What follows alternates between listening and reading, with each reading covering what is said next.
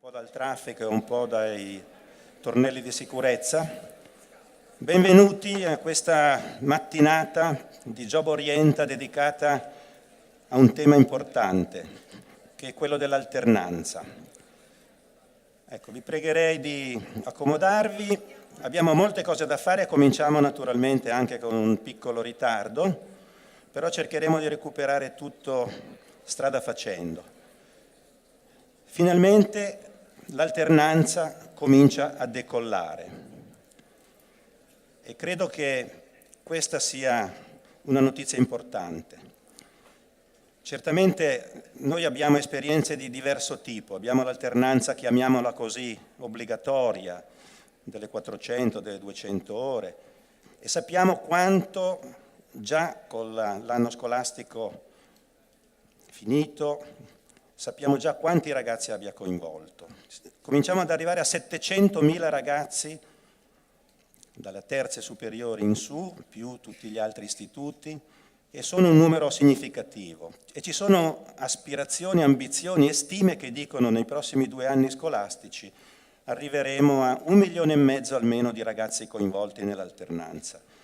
Poi abbiamo una sperimentazione in corso, che è quella di cercare di dare una concretezza alla via italiana al sistema duale. C'è una sperimentazione, sono circa 30.000 i ragazzi già coinvolti in questa sperimentazione.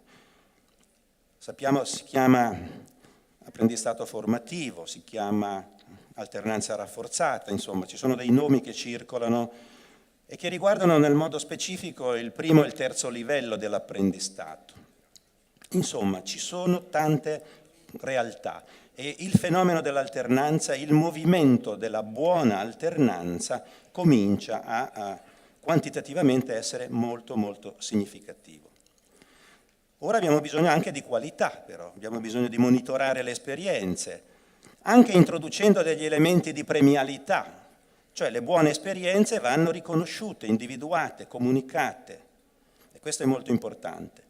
È chiaro che ci sono ancora molte cose da fare dal punto di vista di quella che si chiama, brutta parola, governance, e cioè il Ministero dell'Istruzione e il Ministero del Lavoro debbono, se mi posso permettere, parlarsi di più, concordare di più, perché non c'è competizione sul tema dell'alternanza, ma c'è cooperazione. Poi ovviamente c'è la Carta dei diritti e dei doveri degli studenti in alternanza, il registro nazionale delle aziende presso le Camere di Commercio, che va ampliato ma anche qualificato. Ecco, ci sono anche dei parametri che vanno introdotti, cioè che cosa possiamo definire quando parliamo di alternanza. Qui siamo in diretta, tutto è completamente in diretta. E ci saranno tanti imprevisti, io ne ho alcuni che vi riservo. Adesso bisogna abbassare un po', Abbassare un po'. Ah, ho capito. Va bene qui? Sì. Ok. Allora dicevo,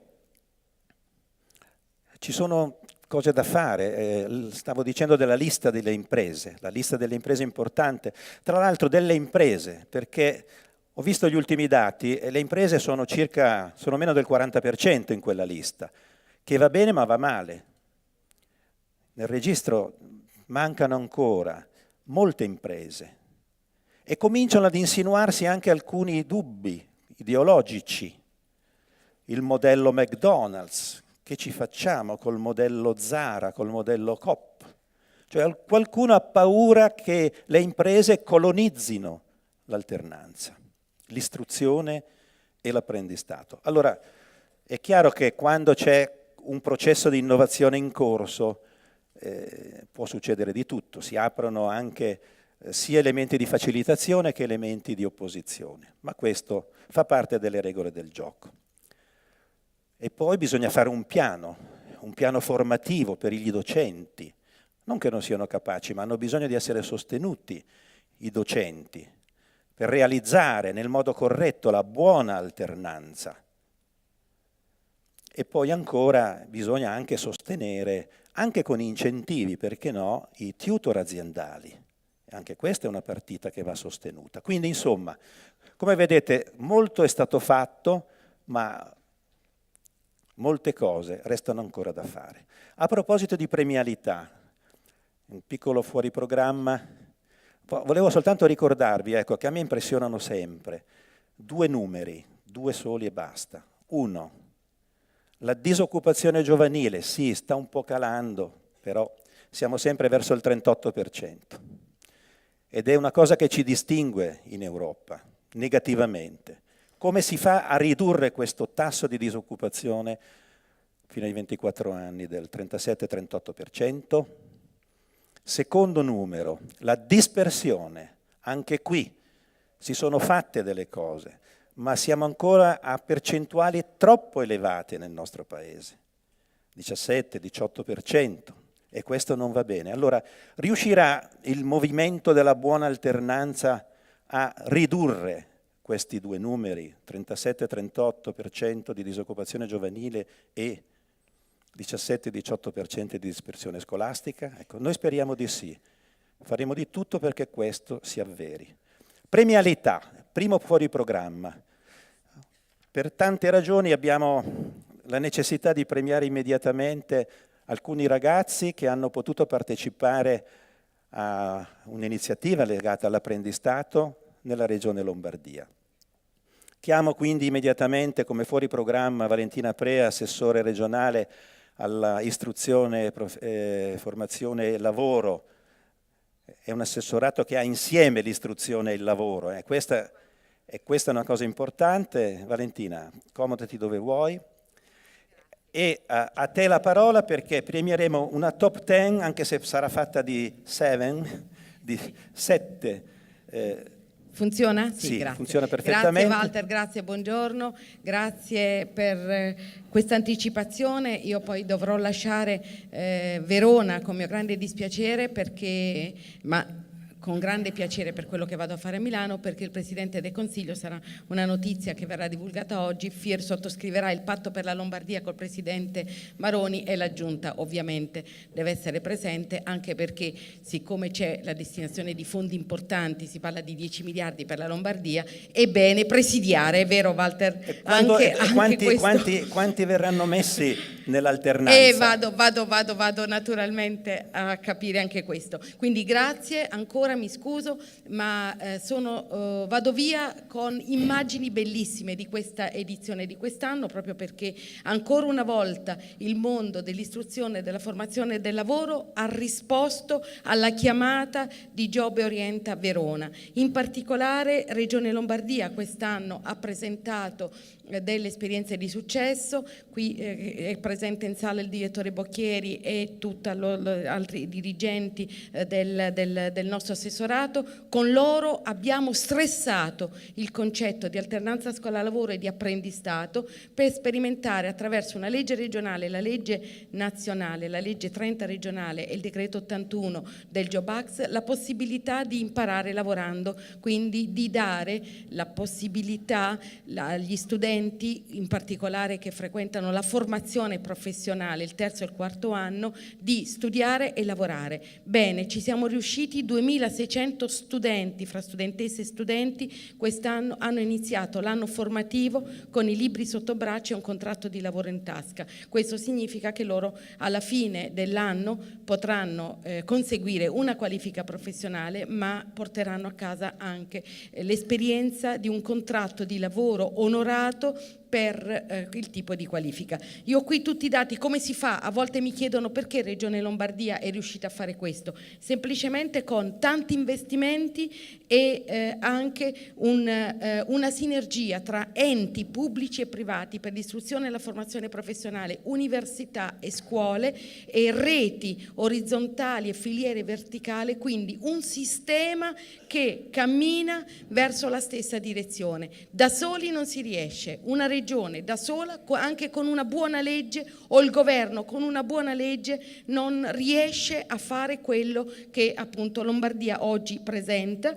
Vi dico solo, se posso, Walter, che noi investiamo 181 milioni per i percorsi triennali di istruzione e formazione professionale, 25 milioni per i percorsi di diploma quarto anno, e poi abbiamo tutta una serie di milioni di euro che sono fondo regionale ma fondo sociale europeo, proprio finalizzati ai percorsi ITS, IFTS, al sostegno alternanza nei percorsi FP, ma anche milioni per qualifiche di apprendistato on the job nei centri, anche per gli adulti, anche nei CIPIA abbiamo sperimentato il conseguimento di questi apprendistati. Saluto le colleghe Cristina Greco e Elena Donazan, l'ospite e la padrona di casa, grazie, con loro abbiamo portato avanti la possibilità di realizzare tutto questo. I numeri di regione, poi andiamo alla premiazione.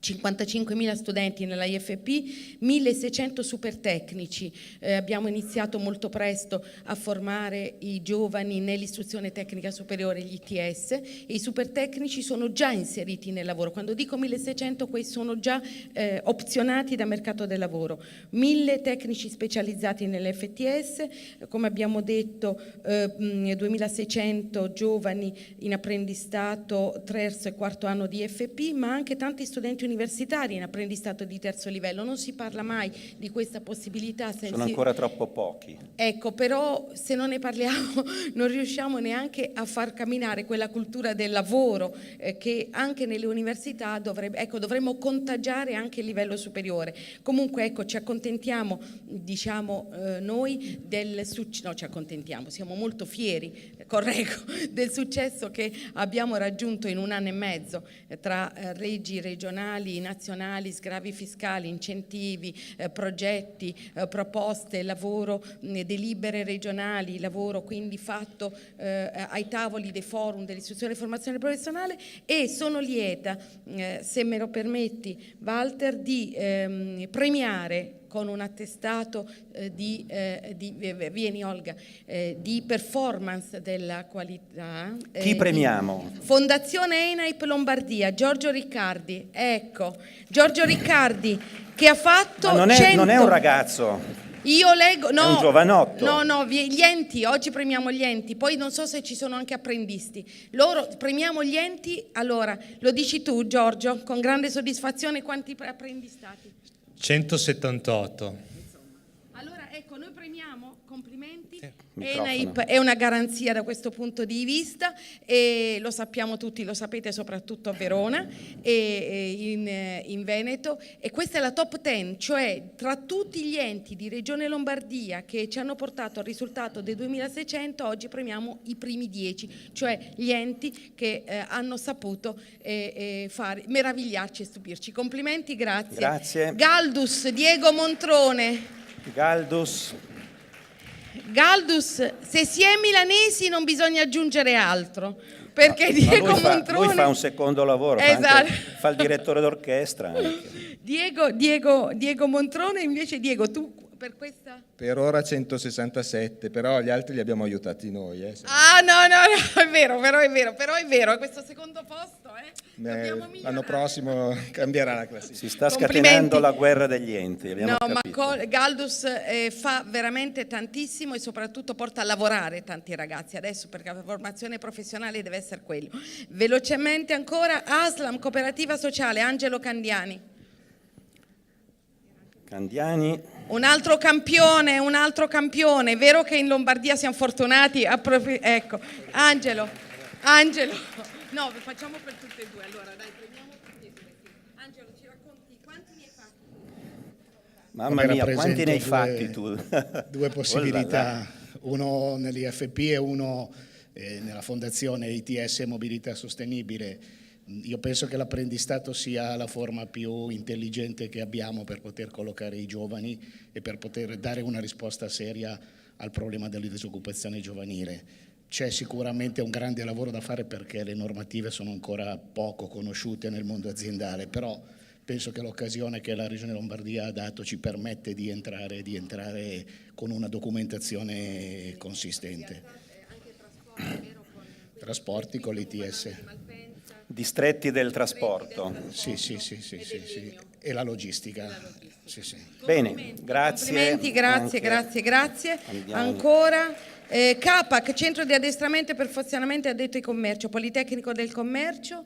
Ecco, per CAPAC. CAPAC, un'altra realtà grandissima, storica scuola. Grazie, li tiro a nome del direttore Stefano Salina. Io mi occupo 132 apprendisti e stiamo partendo anche con gli ITS, perché anche Fondazione CAPAC e Fondazione Alziamo il livello, andiamo verso gli ITS, andiamo verso le noi università. stiamo partendo con ben 3 corsi nel sistema dell'ospitalità e della ricettività. ITS in apprendistato, abbiamo partecipato al bando, speriamo adesso Perfetto. Sicuramente ce la farete. Complimenti, grazie. CAPAC. Siamo quasi alla fine. IAL Lombardia, Matteo Berlando, un altro direi classico della formazione professionale italiana e anche veneta, però i Lombardi come vedete vengono. No, dai, non facciamo.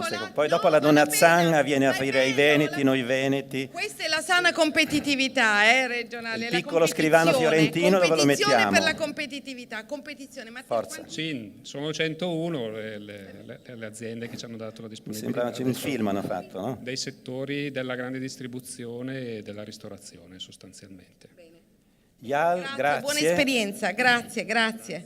Ecco, l'ultimo, Fondazione Clerici, Paolo Cesana. Anche qui un bel numero tondo. Paolo, ma avete fatto apposta? Com'è quella storia? No, è un numero che è uscito per caso, 100, insomma. 100, numero tondo. Tra l'altro grazie appunto per la grande opportunità che ci stai dando per realizzare appieno un po' la nostra missione educativa, anche in collaborazione con i nostri partner che sono le imprese. Grazie. Complimenti. Grazie. Da voi ci possiamo aspettare di più. Vado via, grazie, solo facendo vedere questo che è il sistema duale lombardo, vedete, fino a 16 anni tutti studiano, da 16 anni in avanti tutti gli studenti o nelle scuole o nell'istruzione e formazione professionale o nelle accademie possono imparare lavorando. È possibile e i finanziamenti ci sono. L'ultima cartina, ecco, questa è, voi avete sentito la top 10, questa è la collocazione degli apprendisti sul territorio lombardo, quindi il fatto livello. Che siano dappertutto ci consola. Grazie, Valentina. Ci auguriamo l'anno prossimo di portare i Grazie. numeri belli anche per l'apprendistato di terzo Grazie a te livello. Complimenti, per il grazie tuo- Walter Grazie. per tutto quello che fai per la cultura del lavoro. Grazie. Buon lavoro. Bene, allora, dopo questo primo fuori programma, ma la premialità è importante, no? Perché bisogna anche così, avere dei momenti di condensazione, come si dice, di riconoscimento, insomma, nelle cose che si fanno. Benissimo, io direi che possiamo senz'altro cominciare con il blocco previsto di alcune aziende e di alcune esperienze. Chiamo nell'ordine le persone che a questo punto dovrebbero salire sul palco. Marco Coccagna, amministratore delegato di Eni Corporate University, prego, che ci racconterà del mondo Eni, si accomodi pure prima, seconda, dove vuole lei, grazie. Maria Cristina Vaccarisi, responsabile del Change Management, Sviluppo Risorse e Comunicazione Interna, quante cose di A2A, prego, Maria Cristina. Sabrina Castellan, direttrice di Bosch Tech, prego anche la Bosch, che di sistema duale se ne intende perché è un'azienda tedesca tra le più impegnate, non solo in Germania ovviamente, ma un po' globalmente su questo tema. Lia Perucchini, dirigente Aon Benfield Italia, che poi ci dirà, questo è un nome misterioso, credo per il 90% delle persone che sono qua, ma ce lo faremo spiegare. E infine Eugenio Massetti, presidente di Confartigianato Lombardia. Vi chiederete cosa c'entra la Confartigianato e vi garantisco che c'entra e come. Benissimo. Allora, io direi cominciamo da una grande impresa. Questo è un blocco in cui le imprese ci spiegano un po' quello che hanno fatto e stanno facendo, ma anche i 2 o 3 punti critici, cioè punti di svolta, cose da fare, che cosa proporreste voi per avere un movimento della buona alternanza migliore. Io sono stato molto, diciamo così, sorpreso dal fatto che comunque il numero di ITS aumenta, per esempio, no? Io penso che insomma, la formazione sia un cantiere verticale, oltre che orizzontale. Verticale vuol dire che va dalla qualifica fino all'università. Gli altri paesi ci stanno insegnando, negli altri paesi ci sono le università professionali, perché no? Ecco, noi facciamo fatica a individuare un filone che è quello della formazione terziaria, diciamo così, non universitaria, in cui siamo ancora molto deboli. Che cosa fa il gruppo ENI per la buona alternanza? Credo che lei possa parlare. Tutti?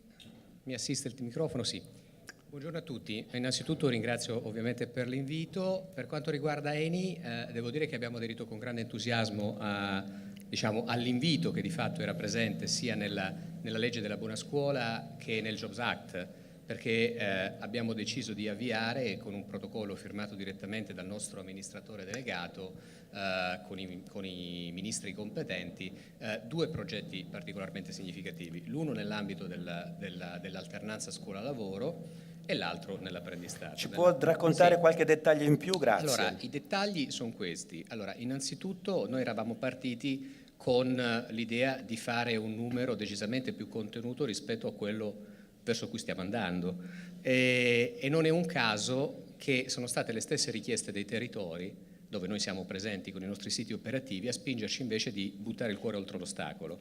Quindi la prima riflessione che noi abbiamo fatto è che andavamo nella giusta direzione, perché evidentemente questa iniziativa va a cogliere un'esigenza e un fabbisogno estremamente importante per tutte le nostre aree geografiche. La seconda considerazione che di fatto deriva dalla nostra esperienza è il fatto che spesso abbiamo una visione stereotipata dei nostri studenti e dei nostri ragazzi.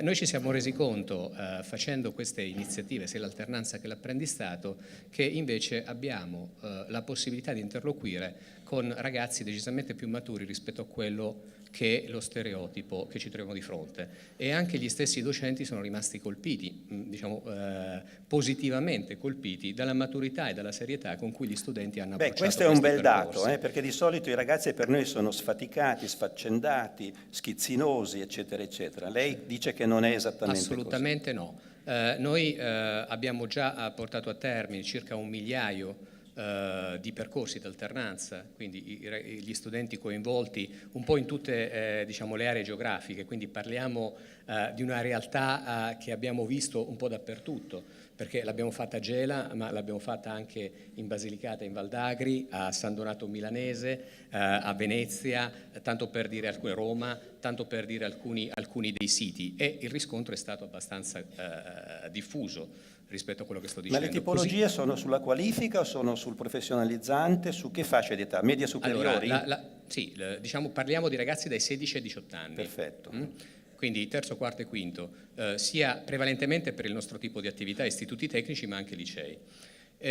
Altro aspetto che abbiamo riscontrato, anche qui forse supera uno stereotipo, è il coinvolgimento del corpo docente e ovviamente anche dei presidi, proprio perché derivava da loro l'interesse, ed è un interesse che non si è limitato soltanto al richiedere spazio per poter collocare i loro studenti, ma anche entrare nel merito dei piani formativi.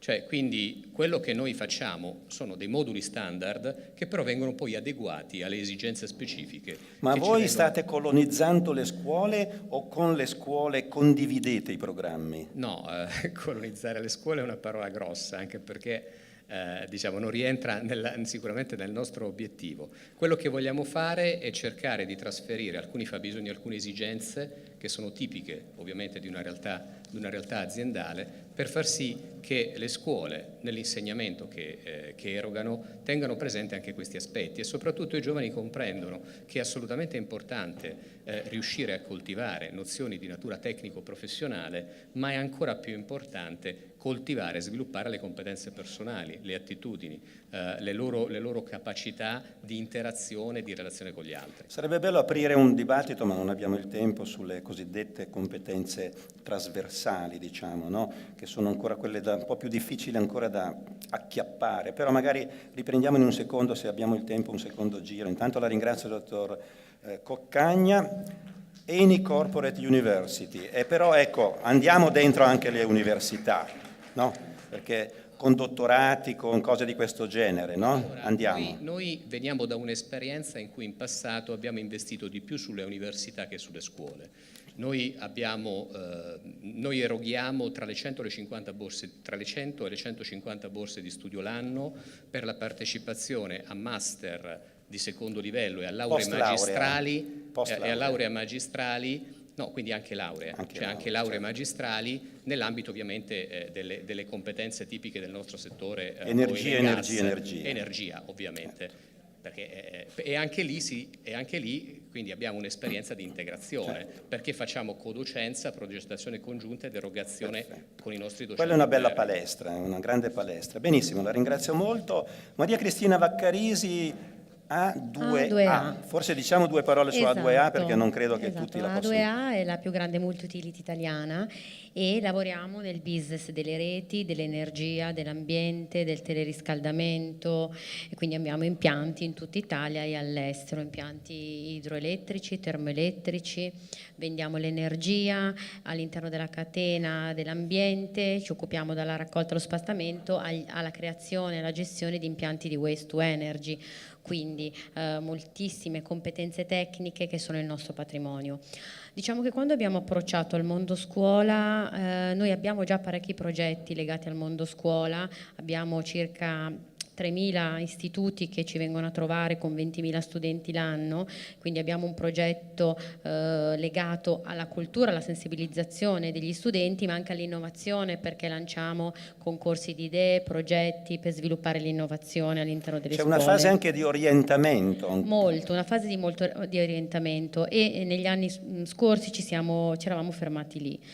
Quest'anno, anzi l'anno scorso, quando abbiamo iniziato a ragionare sulla scuola alternanza lavoro, siamo partiti dai nostri valori e abbiamo pensato come i nostri valori dell'azienda, che sono l'innovazione, l'eccellenza, la responsabilità, la partecipazione, la sostenibilità, possano essere vissuti attraverso il mondo della scuola alternanza lavoro, che per noi ha 4 parole: know-how tecnico, futuro, sostenibilità e territorio.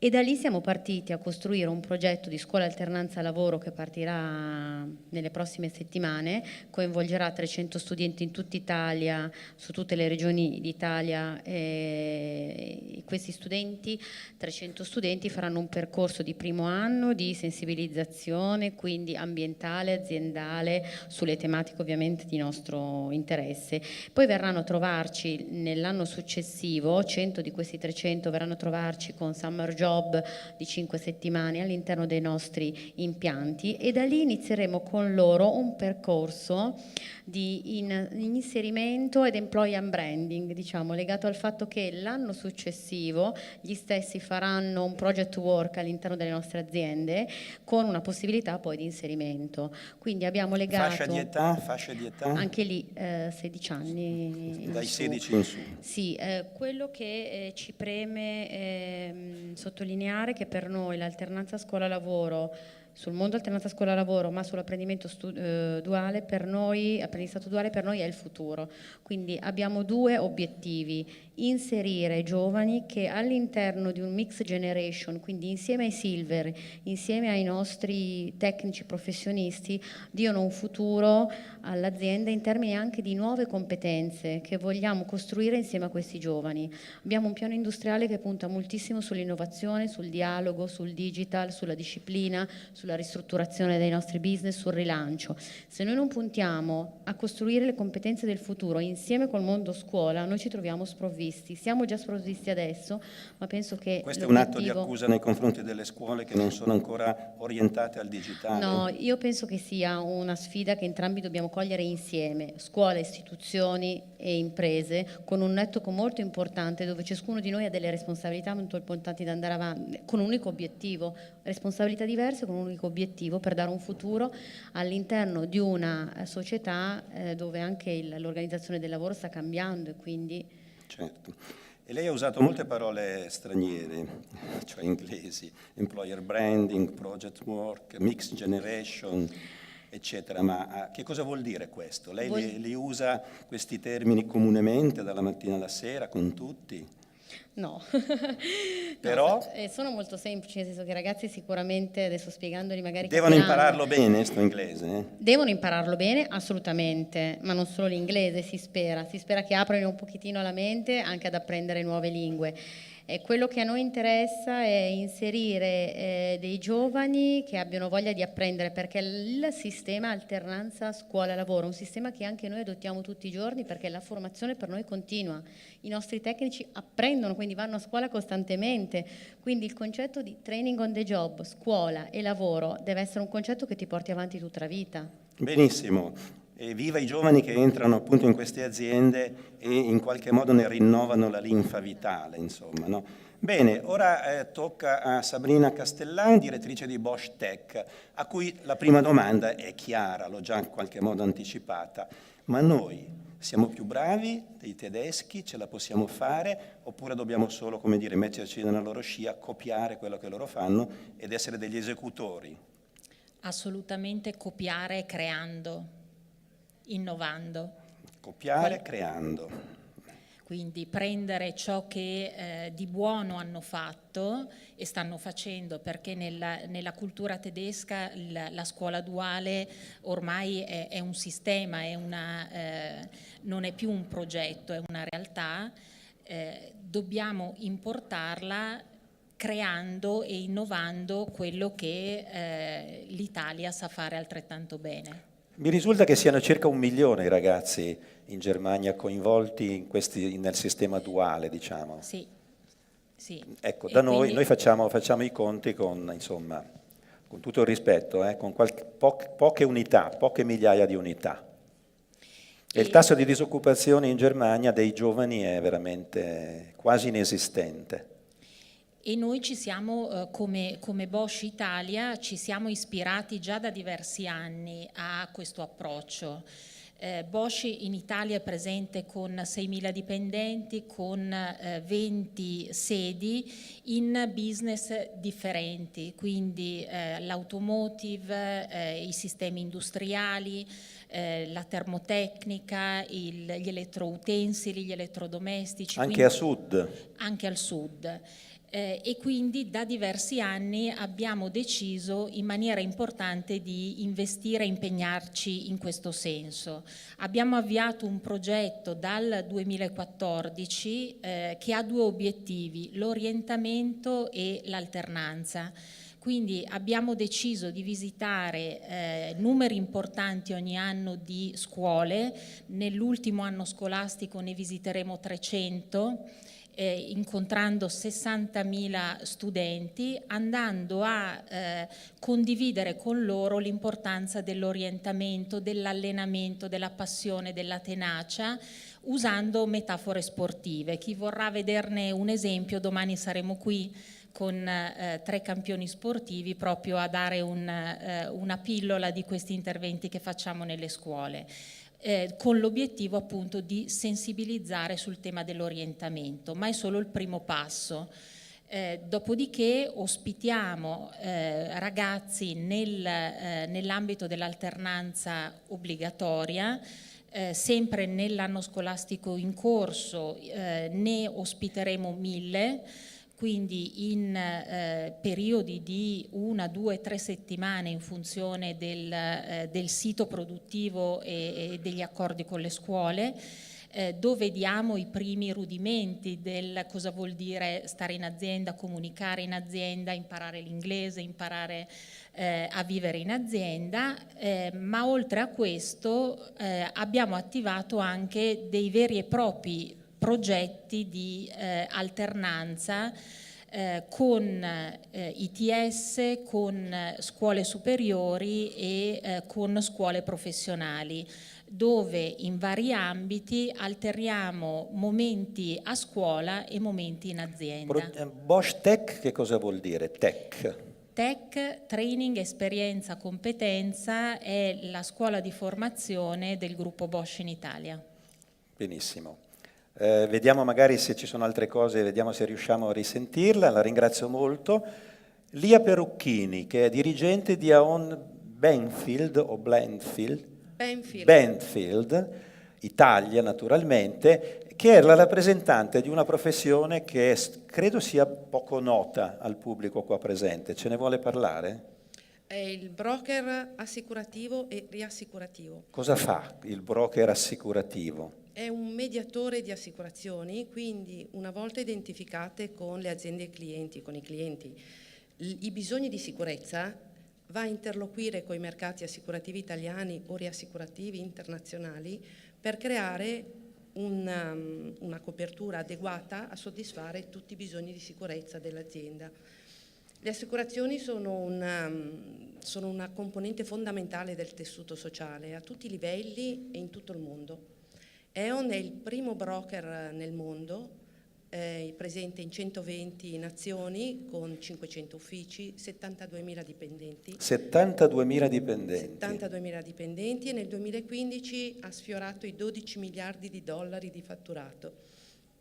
E voi che tipo di apprendista cercate, di giovane cercate, insomma, in fondo? E quanti ne avete coinvolti? Allora, negli Stati Uniti ci sono addirittura dei team dedicati per visitare le università con dei workshop, per reclutare talenti, coltivarli con dei corsi di formazione anche estivi. Ci sono 3 programmi. Invito gli studenti in sala a visitare il nostro sito.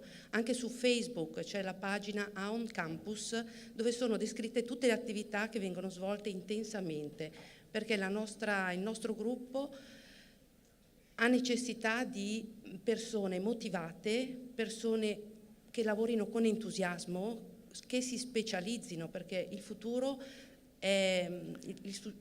sarà il successo per le aziende che sapranno dare la giusta attenzione alla specializzazione.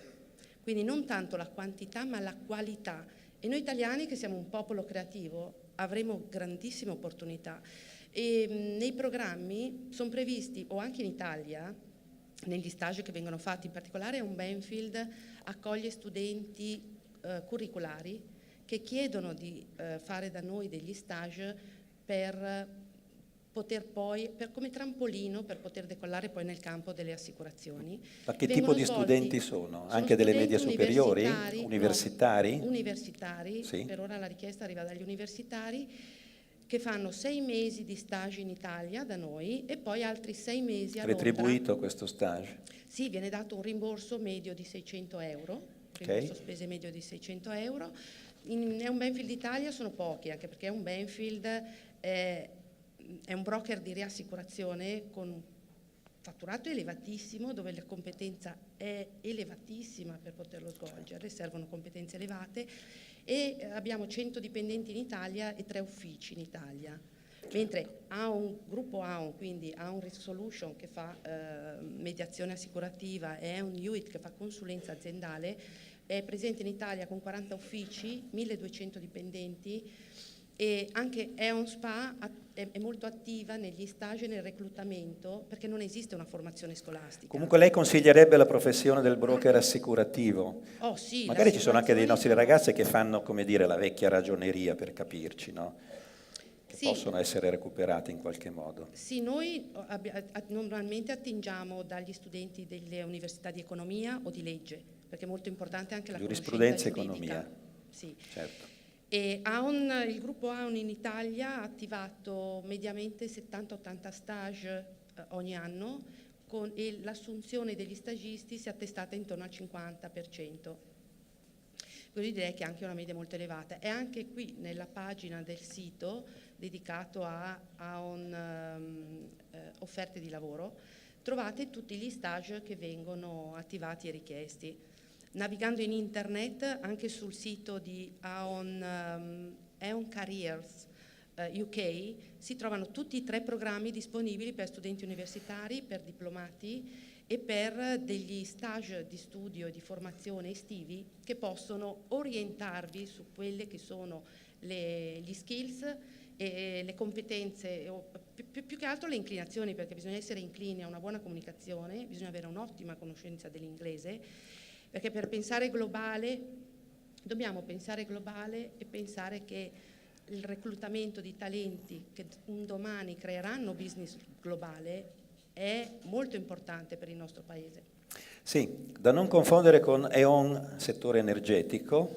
Sì, cioè A.ON, io lo pronuncio A-O-N, Benfield, ha dato alla dottoressa in indicazioni operative anche per i diplomati o i diplomandi, eccetera, eccetera, quindi avremo modo e avrete modo.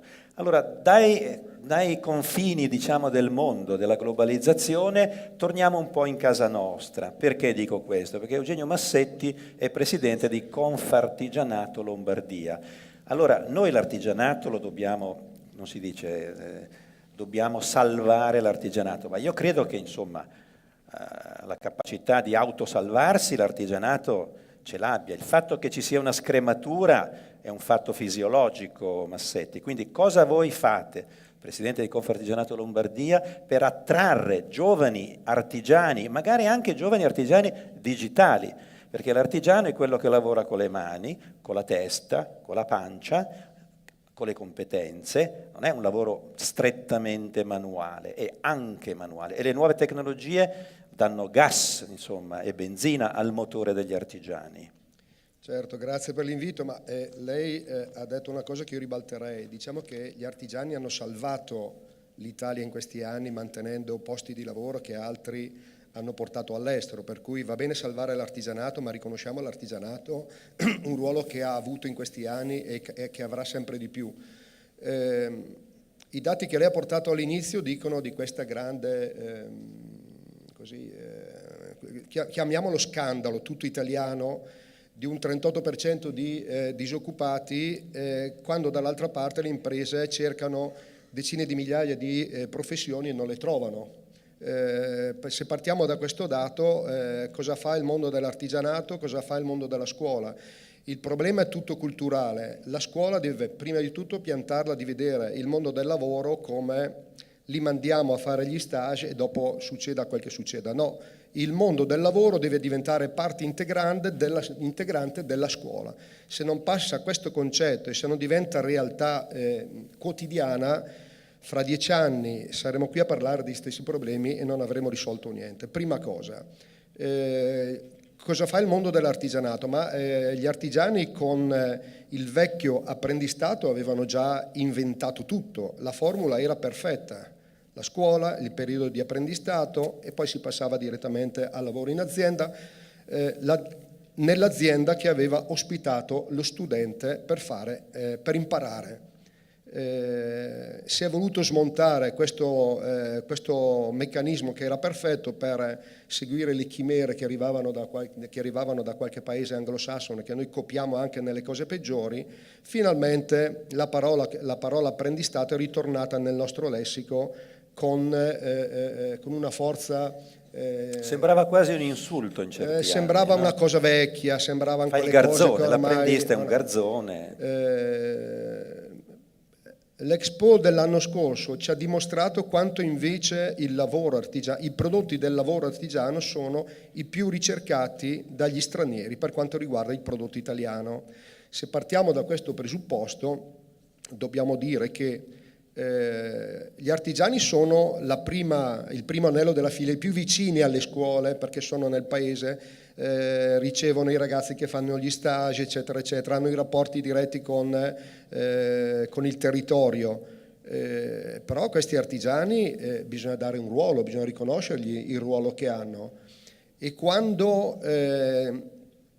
quando si tratta di coordinare, il problema vero adesso qual è? Avendo sentito anche i passaggi, avendo sentito anche i numeri dell'assessore Aprea e avendo fatto una visita anche al padiglione, è la prima volta che frequento e che visito questa fiera, devo dire che è veramente importante, con delle cose d'eccellenza.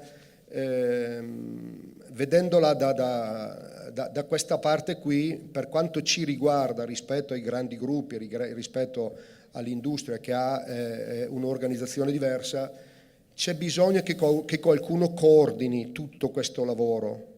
Non può farlo la scuola da sola, non può farlo l'artigiano da solo, non può farlo il titolare, non può farlo l'ente pubblico, cioè bisogna inventare una figura che è il coordinatore di tutti questi passaggi, perché altrimenti c'è il rischio che la scuola, una volta mandato il ragazzo a fare lo stage o a fare qualcos'altro, se ne lavi le mani. La stessa cosa fa l'imprenditore, perché poi quando il ragazzo, o se non viene assunto, ritorna sul mercato del lavoro libero, non ha più nessuno che lo va a prendere perché ha quel tipo di professionalità e quel tipo di esperienza fatta all'interno dell'impresa o attraverso lo stage o successivamente attraverso il periodo di apprendistato, per cui va coordinato, va inventata questa figura che può essere un'associazione di categoria, possono essere le associazioni di categoria. Una cabina di regia. La cabina di regia famosa, perché mi sembra di aver capito, anzi, qui c'è tutto l'occorrente, ci sono tutti gli ingredienti, ci sono tutti i vari passaggi. Però spesso e volentieri, come succede in Italia, perché aspettiamo che forse ci venga imposto il modello da qualche altra parte, ci perdiamo nei rivoli della burocrazia. Questo è lo stato dell'arte. Pensi lei che io continuo a proporre da anni e in modo convinto e non provocatorio che ci vuole un ministro della formazione in Italia? E quindi diciamo così, che in questo caso il Ministero dell'Istruzione e il Ministero del Lavoro devono cominciare davvero a scambiare di più tra di loro, no? Perché non sono due mondi, sono lo stesso mondo. E questo a cascata può andare anche nei territori. Scusi se l'ho interrotto. No, assolutamente. Noi possiamo portare anche tantissimi esempi di ragazzi che hanno fatto in prima battuta lo stage nell'aziendina, nel frattempo hanno, con questa possibilità di usufruire del sistema duale, sono ritornati in quell'azienda e stanno finendo gli ultimi 2 anni facendo questo tipo di esperienza, avendo già in mano il contratto di assunzione. Questo è quello che deve succedere regolarmente con questo tipo di esperienze. Massetti, la ringrazio. Grazie. Io andrei avanti un po' con loro, però chiedo a loro di essere rapidissimi. Una cosa sola. Se voi doveste proporre una cosa su cui puntare, una priorità in questo momento, la cosa da fare subito per migliorare ancora di più questa, chiamiamola valanga positiva, no? Questo movimento della buona alternanza, su che cosa punteresti? Coccagna, Dell'Eni, su che cosa punterebbe lei? Una parola sola, un concetto solo, grazie. Guarda, io dalla mia esperienza, dalla nostra esperienza, abbiamo visto che è stato decisivo puntare sulle nostre risorse interne, cioè sui nostri docenti interni, sulle nostre persone. Questo perché? Perché hanno trasmesso la loro passione, si sono esse stesse rialimentate di passione nel confronto con i ragazzi e quindi hanno potuto apportare un ingrediente importante a tutto quindi questo tutor aziendali, risorse interne aziendali. Grazie. Dottoressa Vaccarisi. Sì, allora, a mio parere, 3 parole per 3 attori. Scuole, definire dei nuovi modelli e riformare il sistema scuola legato appunto alle nuove competenze e a questa nuova opportunità. Azienda, grandissima opportunità di reverse mentoring, quindi di approccio tra giovani e meno giovani in azienda, per preservare il know-how tecnico, e istituzioni, definire una compliance normativa che ci dia supporto. Grazie per l'inglese. Dottoressa Castellan di Bosch. 2 punti, formare i docenti, quindi investire sulla formazione dei docenti. Sempre più quando visitiamo le scuole sono i docenti a chiederci la formazione e quindi su questo un piano preciso. E il secondo tema, contagiare sempre di più le aziende ad aprire le loro porte, a fare sistema per ospitare. Noi lo abbiamo fatto con tanti compagni di viaggio che ci hanno seguito in questo progetto. Grazie. Lia Perucchini. Introdurre le assicurazioni come tema nelle scuole medie superiori, in modo da consentire ai ragazzi di avere immediatamente un feeling e quindi poter operare delle scelte il più presto possibile e non affacciarsi sul nostro settore a studi già quasi ultimati. Sì, anche perché diciamo che il welfare insomma sta un po' cambiando, no? Quindi diciamo dobbiamo entrare in welfare nuovi anche, no? Diciamo secondari ma anche aziendali e non soltanto lo Stato, no? Come entità del nostro welfare pubblico. Esatto. Massetti? Allora, più consapevolezza dell'importanza del mondo del lavoro e meno burocrazia. C'è la burocrazia che ci uccide, non è una frase fatta, ma va sfrondata. Esiste una burocrazia positiva come può essere il ruolo delle camere di commercio per essere rintracciabili e tracciabili.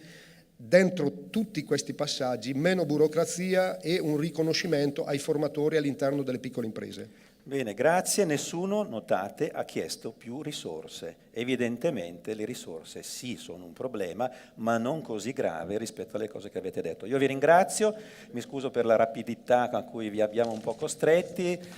Grazie, il pubblico penso abbia gradito questo spaccato sul mondo delle imprese.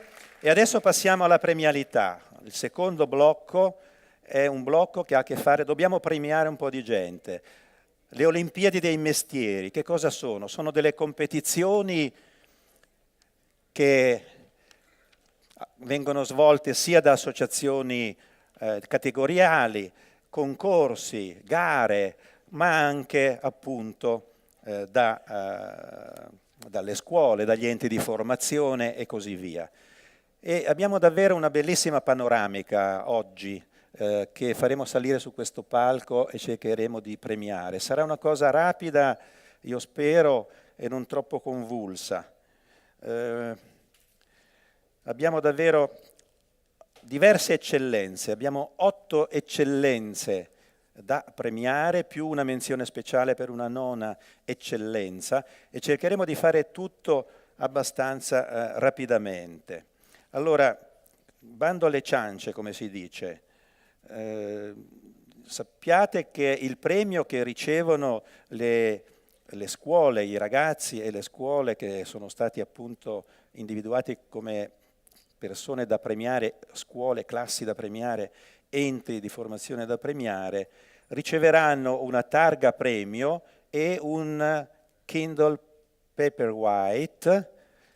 Io ce l'ho francamente e devo dire che rispetto ai romanzi che fanno oggi, che sono 800 pagine, quando uno va a letto a leggere 800 pagine pesa 1 chilo, il Kindle pesa niente, quindi si legge benissimo, anche la luminosità può essere regolata e anche alzato il corpo dei caratteri delle pagine, ma a parte questa pubblicità non richiesta, credo che sia un modo anche concreto, fisico insomma, non soltanto una pergamena o una targa, ma anche un oggetto, ecco, un oggetto che fa parte del nostro mondo. Istituto Professionale di Stato per i Servizi Alberghieri e della Ristorazione Massimo Alberini di Treviso. Ovviamente c'è una clac. Allora, la squadra è composta da 5 studenti, 2 studenti di cucina, Gallonetto Thomas e Lentini Nicolas o Nicolà, non lo so, 2 studenti di sala, Zanatta Paola e Vladi Tverezzi, non so se è giusto, e una studentessa di accoglienza turistica, Lorenzon Giorgia. Gli allievi appartengono, andate un po' più in là, che sennò, ecco, benissimo, fatevi vedere, loro hanno bisogno. Guardate, questi ragazzi sono ragazzi della quinta C enogastronomia e della quinta B sala e vendita. Ma cosa hanno fatto di così importante che da meritarsi un premio? Beh, i piatti presentati al concorso, terra e fiume, piatto unico, l'anguilla del Sile, cominciano gli zuccheri a calare, a me sta venendo fame. Sfogliando l'orto, che è un dessert, non è una verdura, mi pare, oppure fatta con le verdure, certamente. Variazione di crostatina con i profumi di primavera, giusto per farvi un pochettino soffrire con i vostri succhi gastrici. Bene, il manufatto verrà presentato sul palco. C'è un manufatto? Dov'è? Ah, adesso lo portate subito perché io non lo vedo. Sul palco il manufatto. Oh, fate vedere questi piatti meravigliosi alla gente che ha fame. Ecco, guardate un po'.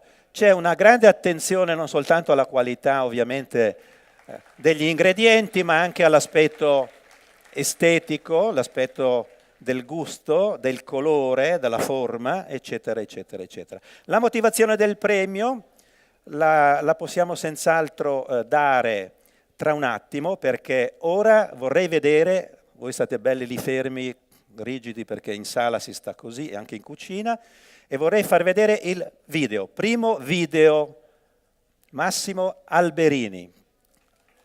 Venite qua, ecco, state qua. La regia può far partire il primo video, prego.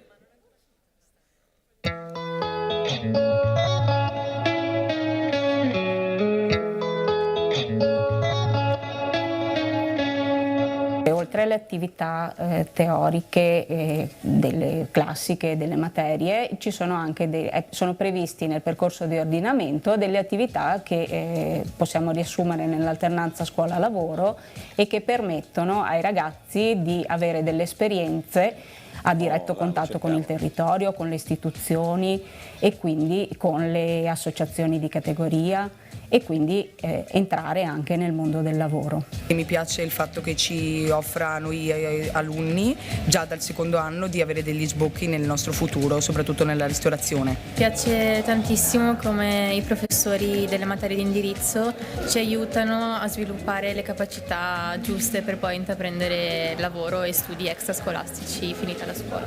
Tutte le opportunità che ne sono annesse, come per esempio concorsi vari o uscite e possibilità appunto di esprimerci nella cosa che ci piace di più fare.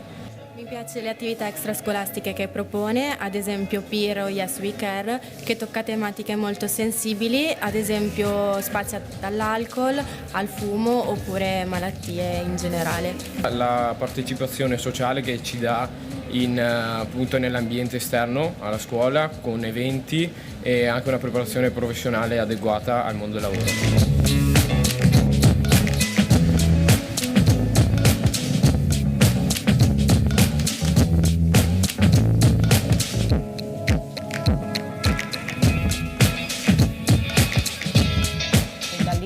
Risulta che moltissimi ragazzi trovano lavoro e tra questi una buona percentuale nel settore. Alcuni poi proseguono gli studi nelle facoltà universitarie del settore generalmente. Benissimo, allora avete visto come si lavora e anche alcuni risultati. La motivazione è che l'Istituto Alberini ha vinto il Gran Trofeo della Ristorazione Italiana 2016, ideato dal maestro Iginio Massari, organizzato dalla provincia di Brescia. E poi ancora l'Istituto Alberini ha vinto il miglior servizio in sala, miglior piatto unico e concorso internazionale di cucina, e poi il Gran Trofeo d'Oro della Ristorazione, eccetera, eccetera. Quindi è un istituto molto blasonato e loro sono il prodotto, ma anche i protagonisti, no, del valore del loro istituto e dei manufatti e dei prototipi che qui vediamo. C'è allora una premiazione da fare, l'abbiamo detto. Mi piacerebbe anche intervistare questi ragazzi, ma io sono nipote di Cronos, devo gestire i tempi e quindi chiamerei il sottosegretario al Ministero del Lavoro Luigi Bobba, che non lo sapeva, ma lo invito, visto che è qua davanti e poi interverrà, a dare il premio a questi ragazzi dell'Istituto Massimo Alberini di Treviso.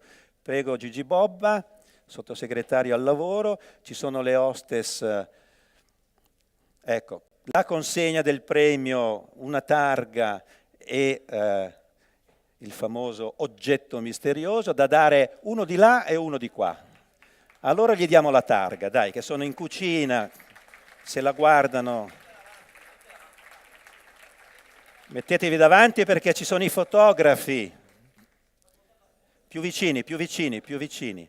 E poi invece ai ragazzi di questa parte, sorta veloce, signorina, se vuole dare al sottosegretario Bobba il Kindle, in modo che possa consegnarlo a chi non ha in mano un piatto, mi pare che ci sia una persona, se no cadono i piatti. Bene, molto bene, grazie. Complimenti soprattutto.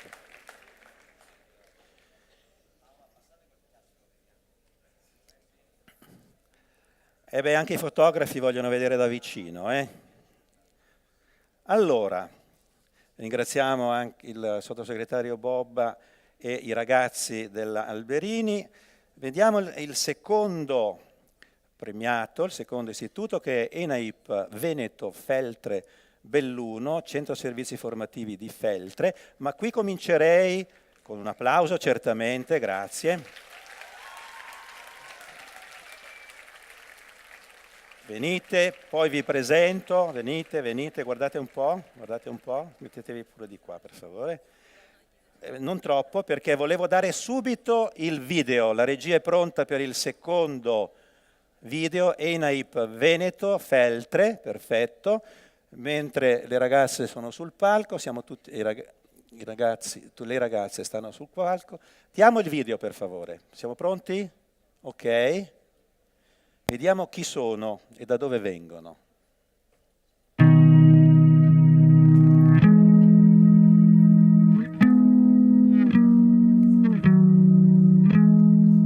Presso l'ENAIP formiamo ragazzi nel settore della ristorazione e nel settore benessere con la qualifica di acconciatore. Attraverso lo spunto della professoressa Massé Céline e la collaborazione di diverse classi di allievi abbiamo messo a punto questo prodotto che poi abbiamo presentato all'azienda, alla ditta Sportful. Quando mi è stata presentata mi ha subito acceso una lampadina perché poteva avere un utilizzo in quelli che sono i prodotti che noi di norma commercializziamo. Da qui è partita questa collaborazione.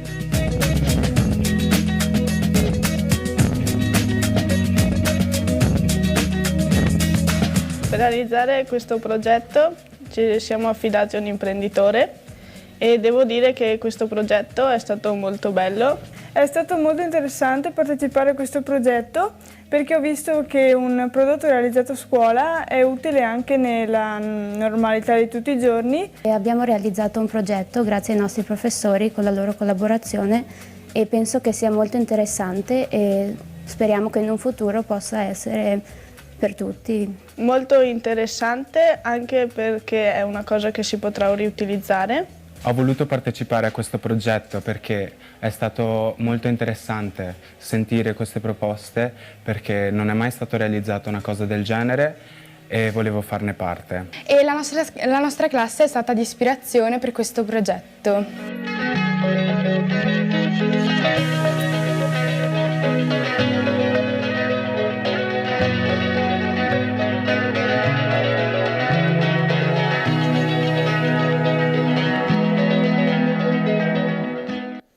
Bene, allora avete visto come questo è classe terza e prima del corso di operatore del benessere indirizzo acconciatura. Guardate, hanno fatto uno studio sugli effetti della elettrostaticità dei capelli, sui capelli, sperimentando alcune attrezzature esistenti nell'acconciatura. La motivazione del premio è il manufatto riguarda la realizzazione di un prodotto nuovo non ancora commercializzato, un berretto in grado di sviluppare ioni negativi e di togliere quindi l'elettrostaticità dalla chioma. L'azienda Sportler si è dimostrata interessata a produrre il prototipo. Beh, mi sembra una cosa concreta e molto interessante. Abbiamo una... Ecco, questo è il berretto a sonagli? Bellissimo. Dunque, chiamo a premiare questi ragazzi la dottoressa Cristina Grieco, bene, venga, e poi spiegherà lei perché viene lei e chi è lei, venga. Abbiamo un microfono, venite. Allora, anche in questo caso, chi è lei, dottoressa Grieco? Dica. Chi sono io? Io sono assessore a istruzione, formazione e lavoro della Regione Toscana, ma soprattutto sono qui in qualità di coordinatrice della 9ª commissione, che è la commissione in conferenza delle regioni che si occupa di questi temi. Quindi è l'assessora d'Italia che è dedicata ai temi della formazione del lavoro. Sì, rappresento tutti i miei colleghi, benissimo, molti dei quali sono benissimo. qui. Bene. Cosa le pare di queste ragazze, di questi berretti contro l'elettrostaticità? Molto molto interessante, io che insomma ho una chioma abbastanza voluminosa, sono interessata. Non dica a me, io ho bisogno d'altro forse, dica. E comunque davvero complimenti perché noto in questi ragazzi la voglia di mettersi in gioco e secondo me davvero è importantissimo perché loro dovranno vivere il loro futuro da protagonisti, quindi entrare subito in contatto con il mondo del lavoro, ma soprattutto avere idee, essere attivi e capire che davvero da una loro idea può nascere anche un loro progetto di lavoro, quindi anche di futuro e di vita, è importantissimo. Li vedo entusiasti, mi piacciono i loro occhi, quindi bene questa iniziativa e bene quello che stiamo facendo tutti insieme per agevolare i rapporti fra scuola e lavoro. Bene, diamo alle ragazze la targa, alle ragazze di lì, e qua invece abbiamo... Pronto? E diamo il Kindle, avvicinatevi. Restituisco questo, così. Se il tecnico, vabbè, non so se abbiamo dato il Kindle, facciamo lavorare i fotografi. Grazie. C'è qualcuno, c'è il tecnico? Il tecnico, per favore, grazie. Tecnico. Benissimo, grazie. ENAIP Veneto Feltre Belluno. Grazie a voi, buon lavoro, buono studio. Imparare facendo, studiare lavorando. E siamo arrivati... È saltato tutto qua. Non ho fatto niente, giuro. Ho rotto qualcosa. Allora, terzo premio, CNOS FAP Piemonte Cuneo, Centro di Formazione Professionale di Fossano Cuneo, Via Verdi 22. Venite sul palco.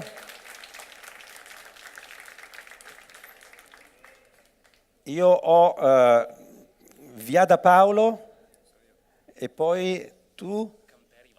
Camperi Ivano, sono i due premiati. Lei è il docente, guardi, bravissimo. Oh, avete visto? Ma che sembra un ragazzo? È un ragazzo. Allora, state un attimo in piedi e poi vedremo come loro hanno scoperto, adesso loro non si arrabbiano perché sono carini, ma hanno scoperto l'acqua calda. Adesso vediamo perché. Facciamo vedere il filmato. Prego. Terzo filmato.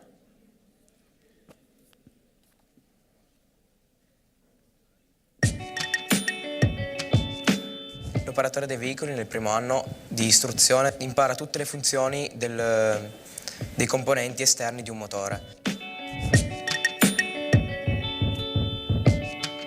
Sono transitati all'interno dell'istituto per delle attività formative, oltre 1000 allievi, 1022 per l'esattezza, con un monteore che ha raggiunto circa le 34.000 ore per quanto attiene i servizi formativi. Il nostro centro eroga il corso da operatore energetico da ormai 12 anni. Questo settore ha avuto delle notevoli innovazioni in questi ultimi anni. I nostri ragazzi svolgono un percorso di 3.150 ore dove al terzo anno hanno un periodo di 2 mesi presso delle ditte installatrici per migliorare sicuramente le loro competenze professionali. L'operatore elettrico è un corso triennale che si suddivide nel primo anno sui pannelli civili che girano su una corrente di 220 volt. Secondo anno sempre civili, però in più quelli industriali che girano su 380 volt, e poi in terza si fanno sempre pannelli industriali, però in più c'è la programmazione dei PLC e della domotica.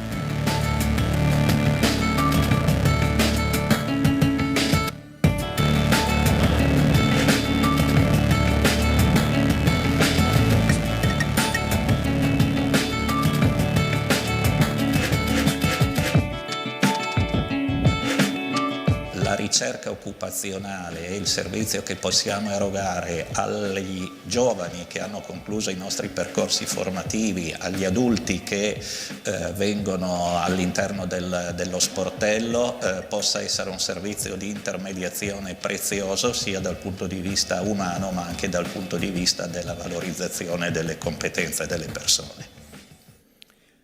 Bene, avete visto allora uno squarcio ovviamente su questo istituto, su questo centro di formazione professionale. Io prima ho parlato di acqua calda. Il manufatto realizzato consiste in un impianto utile al riscaldamento e alla produzione di ACS, acqua calda sanitaria, completamente alimentato da energie rinnovabili. La motivazione, l'hai inventato tu? L'hai costruito tu? Ho capito. Guardate ragazzi.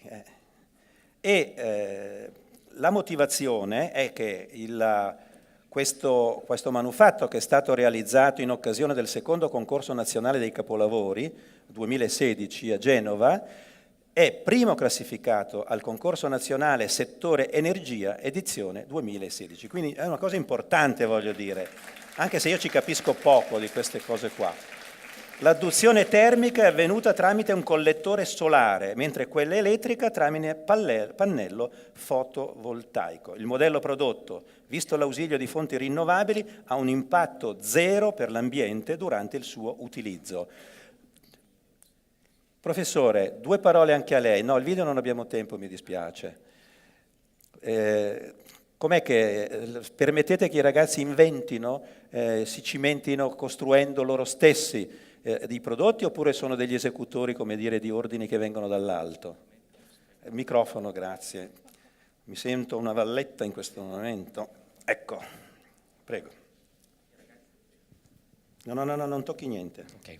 Via. Si sente? Ok. Sì. I ragazzi hanno sicuramente un aspetto teorico dove andranno comunque a in parte progettare le loro realizzazioni successive, quindi dedicheranno molte ore settimanali e dedicano del tempo proprio per progettare, per valutare questi aspetti e queste migliorie, sicuramente per migliorare anche l'aspetto ambientale degli impianti. Quindi stimolare all'invenzione, all'innovazione, al progetto. Mi sembra la parola chiave, il progetto. Grazie a Viada Paola e a Camperi, non mi ricordo il nome, ma comunque Ivano, mi scuso della gaffe. Diamo ovviamente il premio ai ragazzi e ovviamente chi lo dà premia Marco Centra. C'è Marco Centra, perfetto. Marco Centra è un ricercatore di lungo corso dell'ISFOLC, oggi INAP,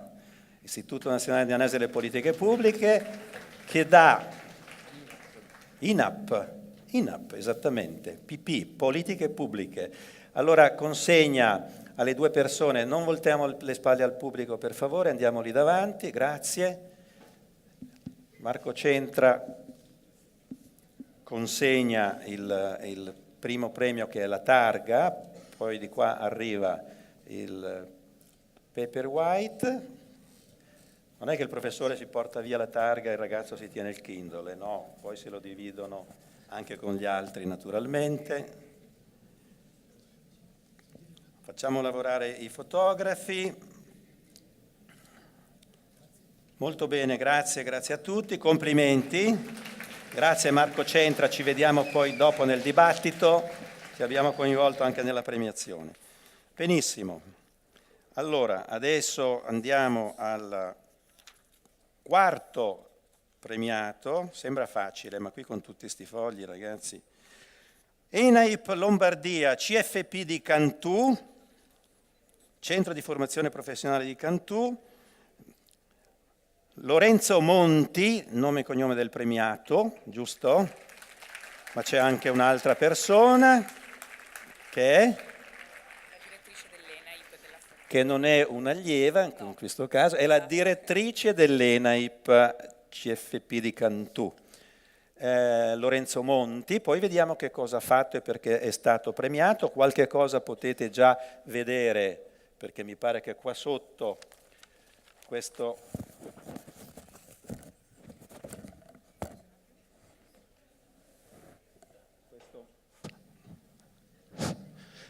mobile che vedete qua sotto è il manufatto, ma prima del manufatto vediamo il video.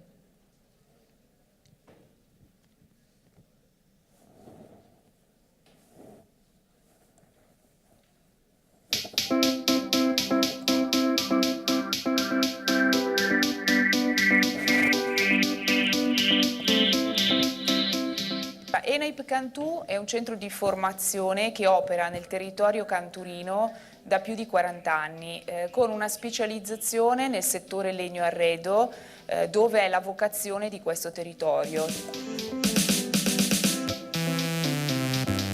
La scuola mi permette di avere un insegnamento teorico e pratico, c'è un laboratorio professionale dove impariamo a lavorare e maneggiare il legno. Ci sono anche attività extra come Fab Lab dove possiamo trovare nuove tecnologie. Da quest'anno farò il tirocinio presso un'azienda e l'anno prossimo potrò entrare in apprendistato articolo 43 dove attraverso un'alternanza scuola-lavoro potrò permettermi un diploma di formazione. Sono tantissimi anni che Porro ospita studenti di ENAIP in stage che siano più o meno lunghi, normalmente vicini al periodo estivo.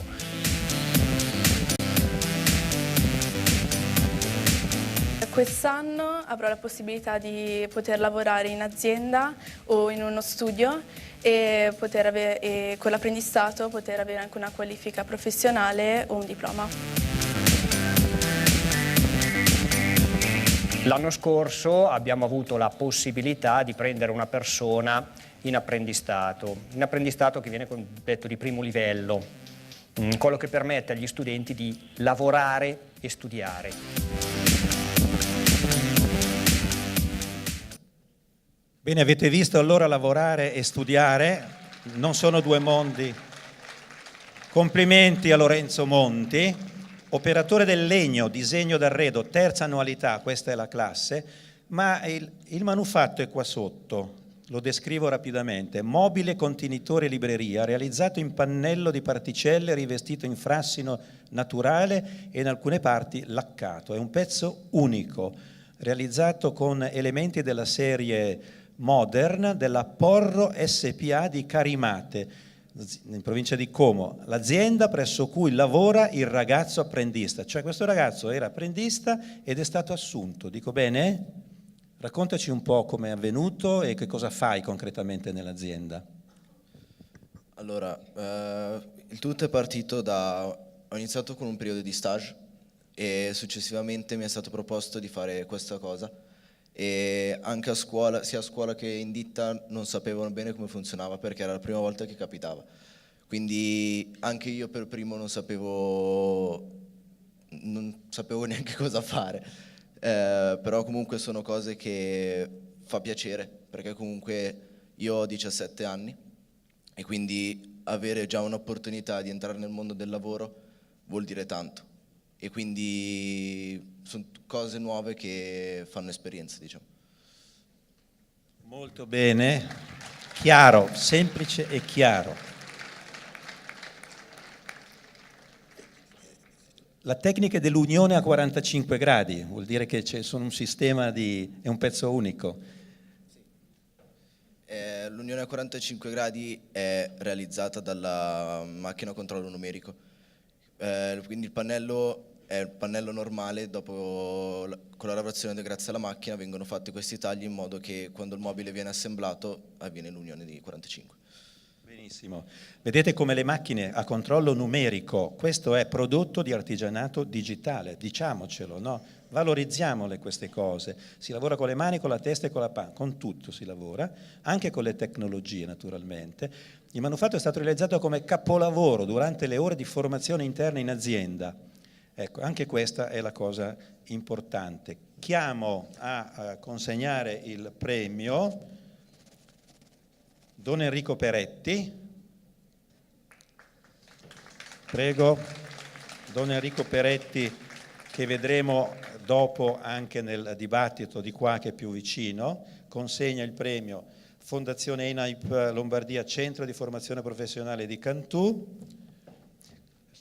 Diamo a una persona la targa e a un'altra persona l'insegnante. Tra l'altro ho sentito parlare di Fab Lab. Ci dice due parole? Sì, allora Fab Lab è un laboratorio innovativo con nuove macchine di stampanti 3D laser e il nuovo modo di pensare e progettare e realizzare immediatamente, quindi una nuova tecnica nell'ambito anche della didattica ma soprattutto anche dell'artigiano 2.0. Benissimo, grazie. Prego, dottoressa, si metta anche lei per la foto di rito, complimenti a Lorenzo che si è conquistato sul campo il suo luogo di lavoro, complimenti. Grazie, arrivederci, grazie Don Enrico. Bene, passiamo al quinto, ce la facciamo. Scuola professionale Lepido Rocco, Treviso, scuola professionale di Motta di Livenza, provincia di Treviso.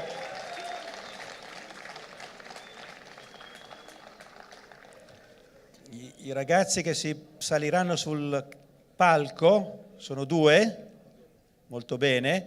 Adesso aiutatemi voi, buongiorno, ciao, aiutatemi voi. Uno si chiama Chies Simone, no? Qui mi hanno dato, c'è Chies Simone? No, complimenti. Skipor Claudio? No, neanche, complimenti, mi hanno dato una scaletta. Voi siete del Lepido Rocco di Motta di Livenza, è chiaro, no? È evidente. Quindi dopo sì, ma adesso dopo vi faccio dire il vostro nome, perché a questo punto dovete pagare pegno voi per chi mi ha dato questo foglietto con dei nomi sbagliati. Vediamo subito il numero 5, scuola professionale Lepido Rocco di Motta di Livenza. Vediamo il video, ci siamo?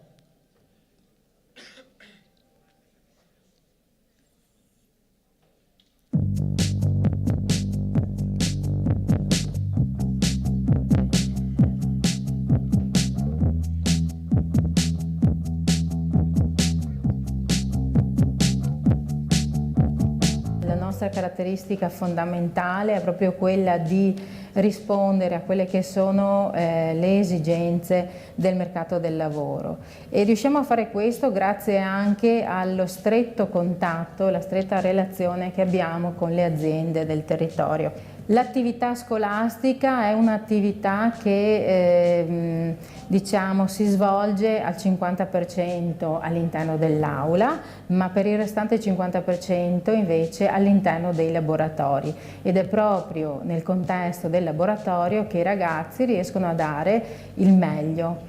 Questa scuola mi piace perché appunto ci sono un sacco di ore di laboratorio e quindi possiamo mettere in pratica le nostre abilità.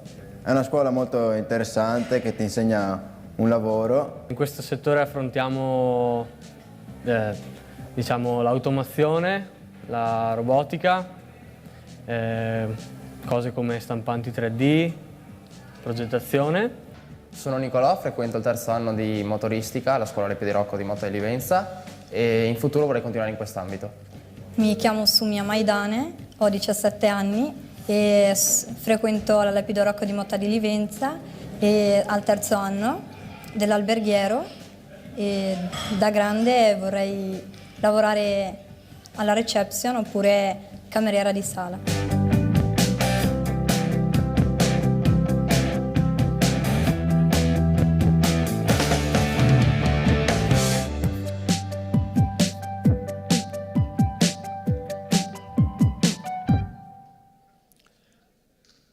Bene, grazie alla scuola professionale Lepido Rocco di Motta di Livenza, che fa tante cose come avete potuto vedere, e il premio è stato individuato nel corso operatore elettrico, operatore alla riparazione dei veicoli a motore, e vediamo perché. Devo dirvi che gli allievi hanno completamente progettato e realizzato le stampanti 3D con le quali sono stati prodotti manufatto 1, la scocca di un veicolo, di una macchina a 2 posti, Sally Project G1.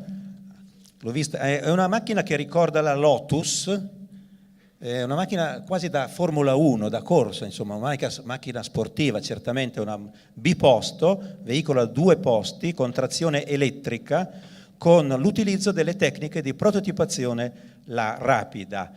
Hanno portato qui, ovviamente non abbiamo un'automobile rossa, no? Mi pare, l'automobile è rossa, perché io ce l'ho qua in bianco e nero.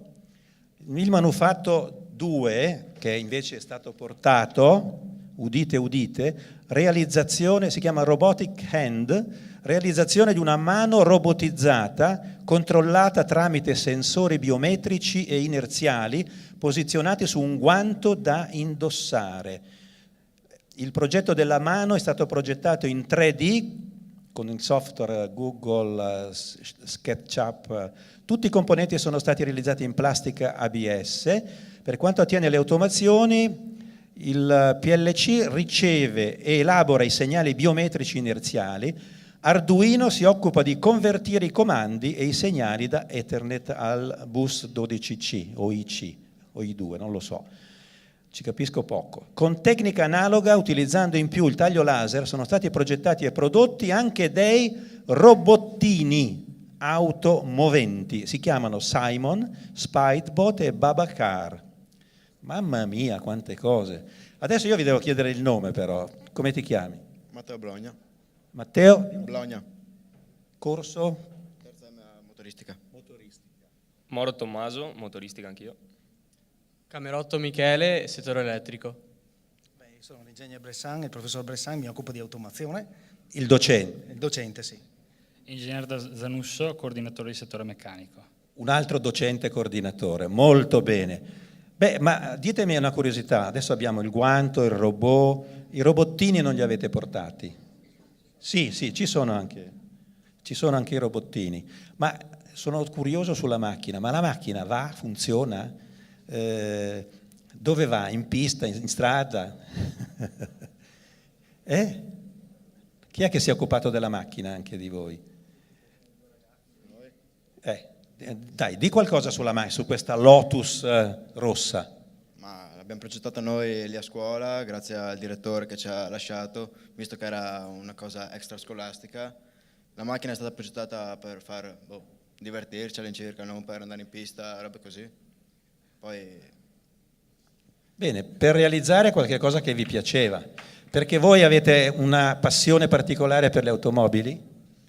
Beh, sì, è una passione, penso che a tutti piacciono le automobili. Abbiamo deciso di intraprendere questo progetto perché era una cosa che quasi nessuno aveva fatto e allora volevamo essere un po', come si dice, i primi a farlo, ecco. E il guanto, che cos'è il guanto?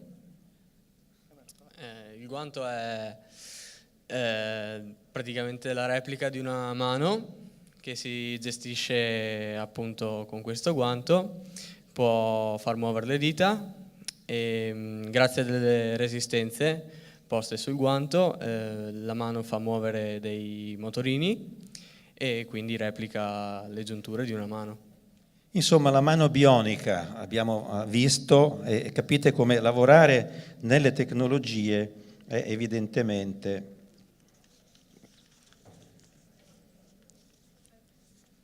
lipido rotto, scusate perché qui, eccola qua. Molto bene, allora cominciate ad avvicinarvi lì perché il premio vi verrà consegnato dalla Maria Cristina Vaccarisi, l'abbiamo vista prima della A2A, andate pure anche voi, sì, io non vi ho fatto parlare, mi scuso, ma loro sono due docenti, facciamo un applauso anche per i docenti, dai. Prego, la targa,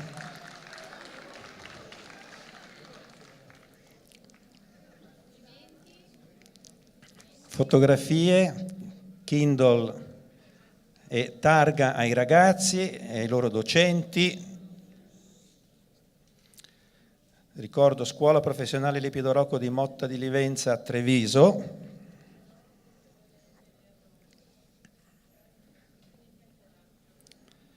Bene, grazie, possiamo senz'altro continuare in leggero ritardo, ma non è un problema. Passiamo, arrivederci e grazie e complimenti davvero, sia per la mano, i robottini e la Lotus.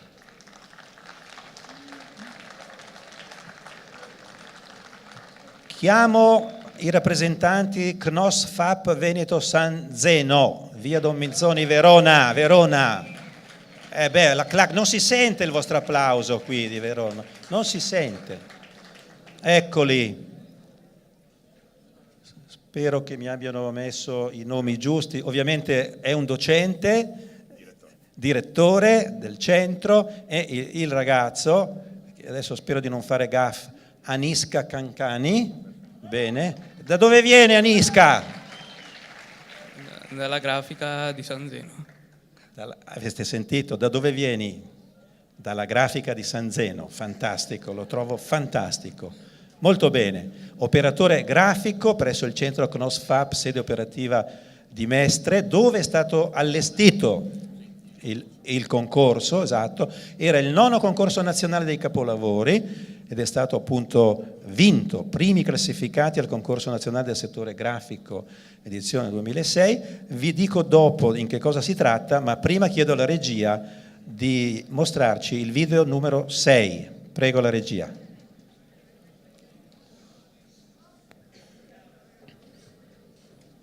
Forza.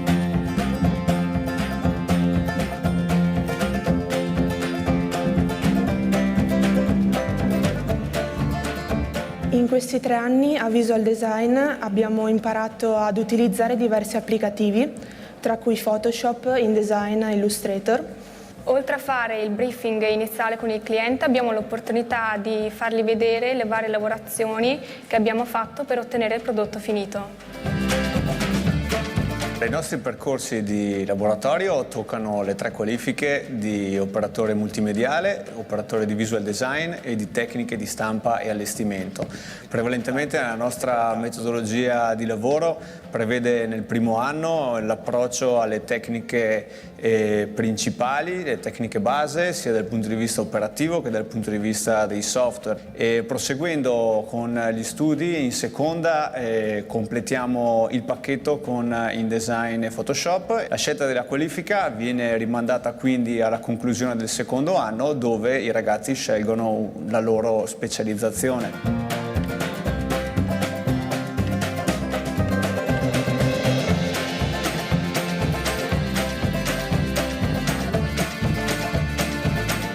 Il nostro centro di formazione professionale porta al conseguimento di una qualifica triennale nei vari settori professionali nei quali noi siamo attivi. I punti di forza della nostra scuola sono le collaborazioni con le aziende. Collaborazioni che portano a delle partnership che ci consentono di attivare dei percorsi di formazione continua rivolta anche ad aziende e professionisti, coniugando quindi il fatto di avere dei laboratori aggiornati dal punto di vista tecnologico con il fatto di avere anche dei docenti che sono sempre aggiornati su quelle che sono le competenze necessarie alla formazione in questo ambito.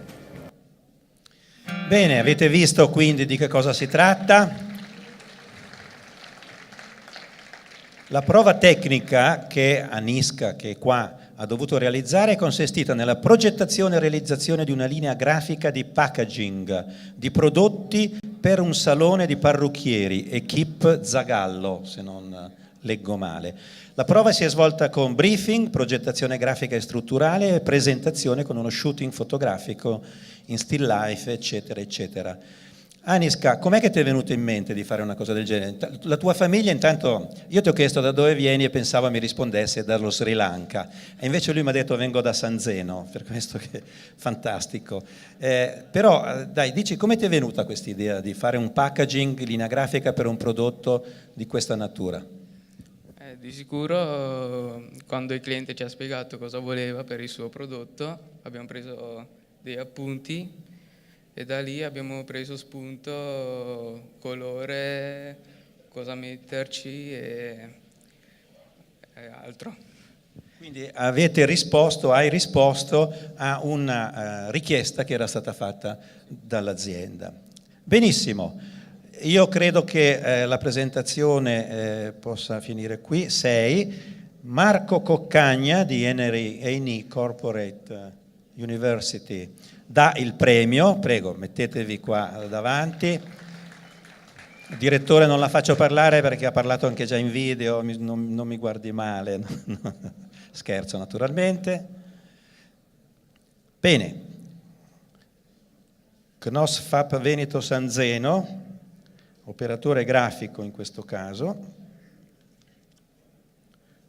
primo classificato al concorso nazionale del settore grafico, edizione 2016. Adesso, grazie mille, complimenti. Adesso abbiamo il numero 7, CIOFS FP Piemonte Torino, Centro di Formazione Professionale Maria Mazzarello. Venite che qui c'è una sorpresa, mi sa. Oh là là! Ma da dove viene questa creatura? Ma si metta lì, si faccia vedere. Ma guardate, dai, facciamo un applauso, forza!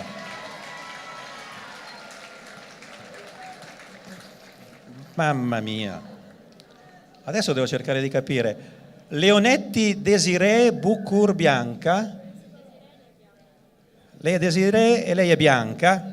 Beh, è oro più che bianca, è oro bianco. Molto bene. Allora, perché sono qua? Loro vengono da questo centro di formazione professionale che forma operatori del benessere e dell'estetica. Trucco artistico, rappresentazione di un leone tramite l'utilizzo di make-up per face painting, acqua color, trucchi compatti, glitter. Cosa sono i glitter? Brillantini, si chiamano glitter, io non lo sapevo, imparo sempre, pennelli professionali. Bene, facciamo un attimo vedere, una docente suppongo, benissimo, facciamo vedere il video e poi torniamo su Bianca e Desiree. Numero 7.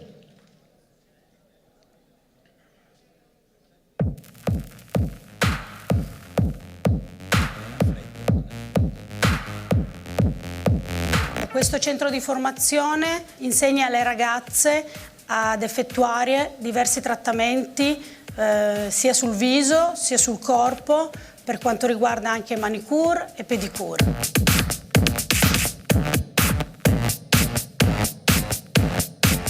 Per quanto riguarda il viso, le ragazze imparano durante il percorso scolastico diversi tipi di trattamenti e diversi tipi di massaggi. Questo è un trucco artistico che può essere rappresentato in un set fotografico e ci vuole un'oretta per realizzare questo trucco. Vengono usati molti prodotti che possono essere cremosi, liquidi e ci andiamo a sbizzarrire anche con glitter, brillantini, ciglia finte e tutto ciò che c'è di appariscente.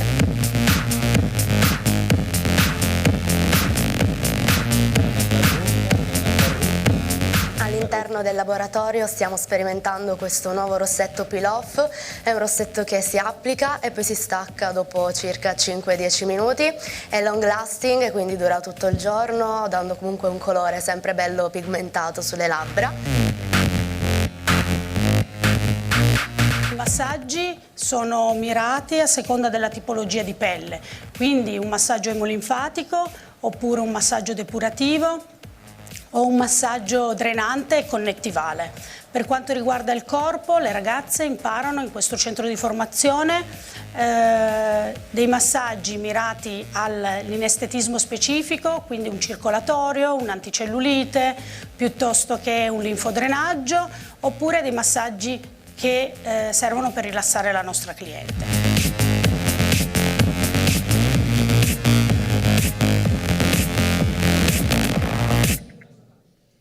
Bene, allora avete visto come... Bravi. Centro di formazione professionale Maria Mazzarello di Torino, operatore del benessere estetica. Il manufatto è stato realizzato dalle allieve del corso operatore del benessere che hanno applicato la tecnica del body painting alla zona viso, anche denominata face painting. È un maquillage, insomma. E con questo modello, vedete, lei è una leonessa praticamente, no? E c'è un legame stretto tra estetica e mondo dell'arte. Ecco, questa è una classificazione. Desiree, tu che cosa hai fatto? Perché il problema è che ci hanno messo, quanto ci avete messo a fare tutto questo lavoro prima? 40 minuti, mezz'ora? Mezz'oretta, ci vogliono mezz'oretta. I capelli sono veri o è una parrucca? La leonessa? È una parrucca. Come si sta lì sotto? Bene. Freddo? No. Ruggito? No. Nessun ruggito. Tu che cosa hai fatto, Desiree, in concreto? ho fatto una base con dell'arancione e dell'arancione e delle sfumature di giallo. Poi ho applicato negli occhi, nella palpebra superiore, del bianco e il contorno con il nero. I baffi sempre bianchi e neri per dare un po' di luce e la forma col nero. E poi infine sulle guance i glitter, quindi brillantini. I glitter, i brillantini. Io dunque sono sostanze allergeniche, nel senso che non fanno male.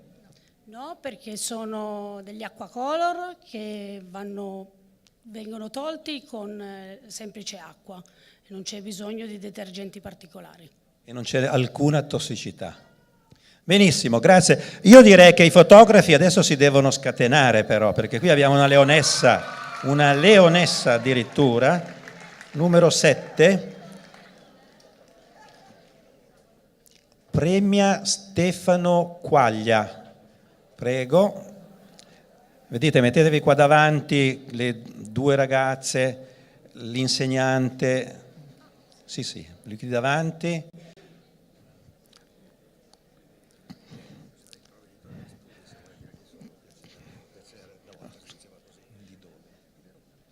Allora, Stefano Quaglia è provveditore agli studi di Verona, gli facciamo un applauso serio?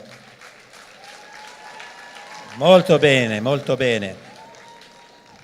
Allora viene data la targa appunto alle ragazze, consegna della targa, la leonessa non morde per adesso, non ruggisce, ma poi le facciamo fare un giro nella sala alla leonessa, si prepari. E il Kindle lo diamo alla leonessa col Kindle, mi sembra un rapporto stretto tra natura e tecnologia.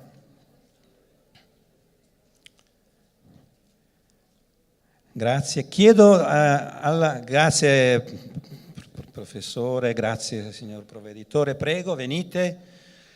Per favore, fate fare un giro alla ragazza che possano vedere, grazie, che possano vedere da vicino quello che è stato fatto. Allora, ottavo video, ottava storia, Istituto Professionale Garbin di Schio-Tiene, Vicenza. Istituto Professionale Statale Garbin, prego, buongiorno.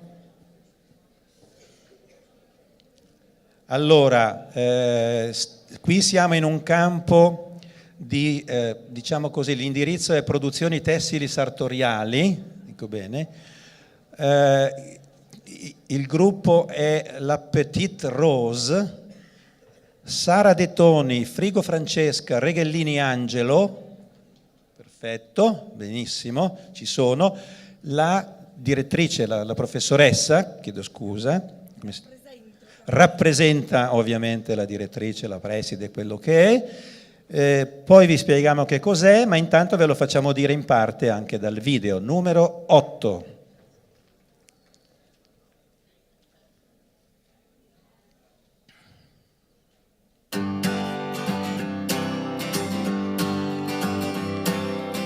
L'istituto è formato da oltre 1300 ragazzi, 200 docenti e una quarantina di personale ATA. Ci sono 4 indirizzi diversi, l'indirizzo manutenzione e assistenza tecnica, l'indirizzo sociosanitario, l'indirizzo servizi commerciali e ci troviamo qui oggi per l'eccellenza dell'indirizzo moda. L'alternanza scuola-lavoro per un professionale è una necessità perché l'istruzione italiana finora ha privilegiato la testa degli alunni, per cui grandi teste e piccole mani, i professionali invece vorrebbero rispondere a esigenze del mondo del lavoro che chiedono sì grandi teste ma anche l'intelligenza delle mani. Facciamo questa produzione di vestiti di alta moda per lo sport e lavoriamo per tutto il mondo e collaboriamo con questa scuola da più di 25 anni. Facciamo di stage 2 volte l'anno con le ragazze di quarta e terza. Il nostro punto di forza è la qualità del prodotto.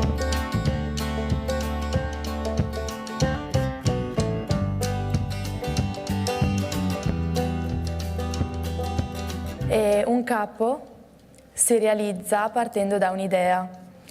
Prendiamo spunto da delle riviste, non necessariamente di moda, per ricercare dei colori che sono di tendenza in una determinata stagione. Da noi arriva il cartamodello e da lì facciamo il pezzato con le regole dei drittofili e i centri. Poi facciamo il taglio e facciamo le varie adesivazioni se necessario per imbustire il tessuto. Bene, allora avete già notato comunque che c'è un prototipo che cammina. Prego, venga davanti, venite davanti, prego, mettetevi qua. Vedete, loro sono il gruppo La Petite Rose, dico bene? Hanno partecipato e hanno vinto la terza edizione del concorso Fashion Game con 2 capi di abbigliamento. Uno ispirato alla cultura africana, che mi sembra di poter dire è senz'altro questo, un po' pallida, però l'abito direi che è comprensibile, anche la scarpa è âgé, come dire, vintage si potrebbe dire, no? Giusto? Ah, grazie. Allora, il completo africano sono sottolineati diversi particolari materiali usati, naturali, corteccia di palma trattata con acqua e colla vinilica e cotone. La canottiera è stata realizzata da Angelo, che è qua, Reghelin, con la tecnica dell'uncinetto, alla quale poi sono stati aggiunti diversi inserti di perle e fili colorati, riciclati da Sara. Alla base della scollatura è stata aggiunta della palma per completare il top. Insomma, ci sono tante altre cose, c'è un sottogonna, eccetera, eccetera. E poi c'è anche un capo, che qui non è presente, di cultura e di ispirazione giapponese, che ricorda il kimono. Tra l'altro è preso dal corredo nuziale della mamma di Sara. Questa è... Ecco, benissimo. Allora avete visto quello che si può fare. La motivazione è legata, per il capo ispirato all'Africa, è legata a questa vittoria nel concorso Fashion Game. Il commento della Confartigianato di Vicenza è: il primo posto è stato dato per l'idea e il prodotto completo che si è concretizzato in maniera ecocompatibile e andato alla Petite Rose dell'Ipsia Garbin di Thiene con un terzetto di classe terza composto da Angelo Reghelin, Francesca Frigo e Sara De Toni, accompagnate dalla professoressa Stefania Russo. Bene, motivazione mi sembra più che esauriente. Viene a dare il premio Eugenio Massetti di Confartigianato Lombardia, che abbiamo sentito prima, e premia Confartigianato Veneto, giustamente, no? Prego, consegna la targa, foto, e diamo anche per cortesia anche il Kindle, prego.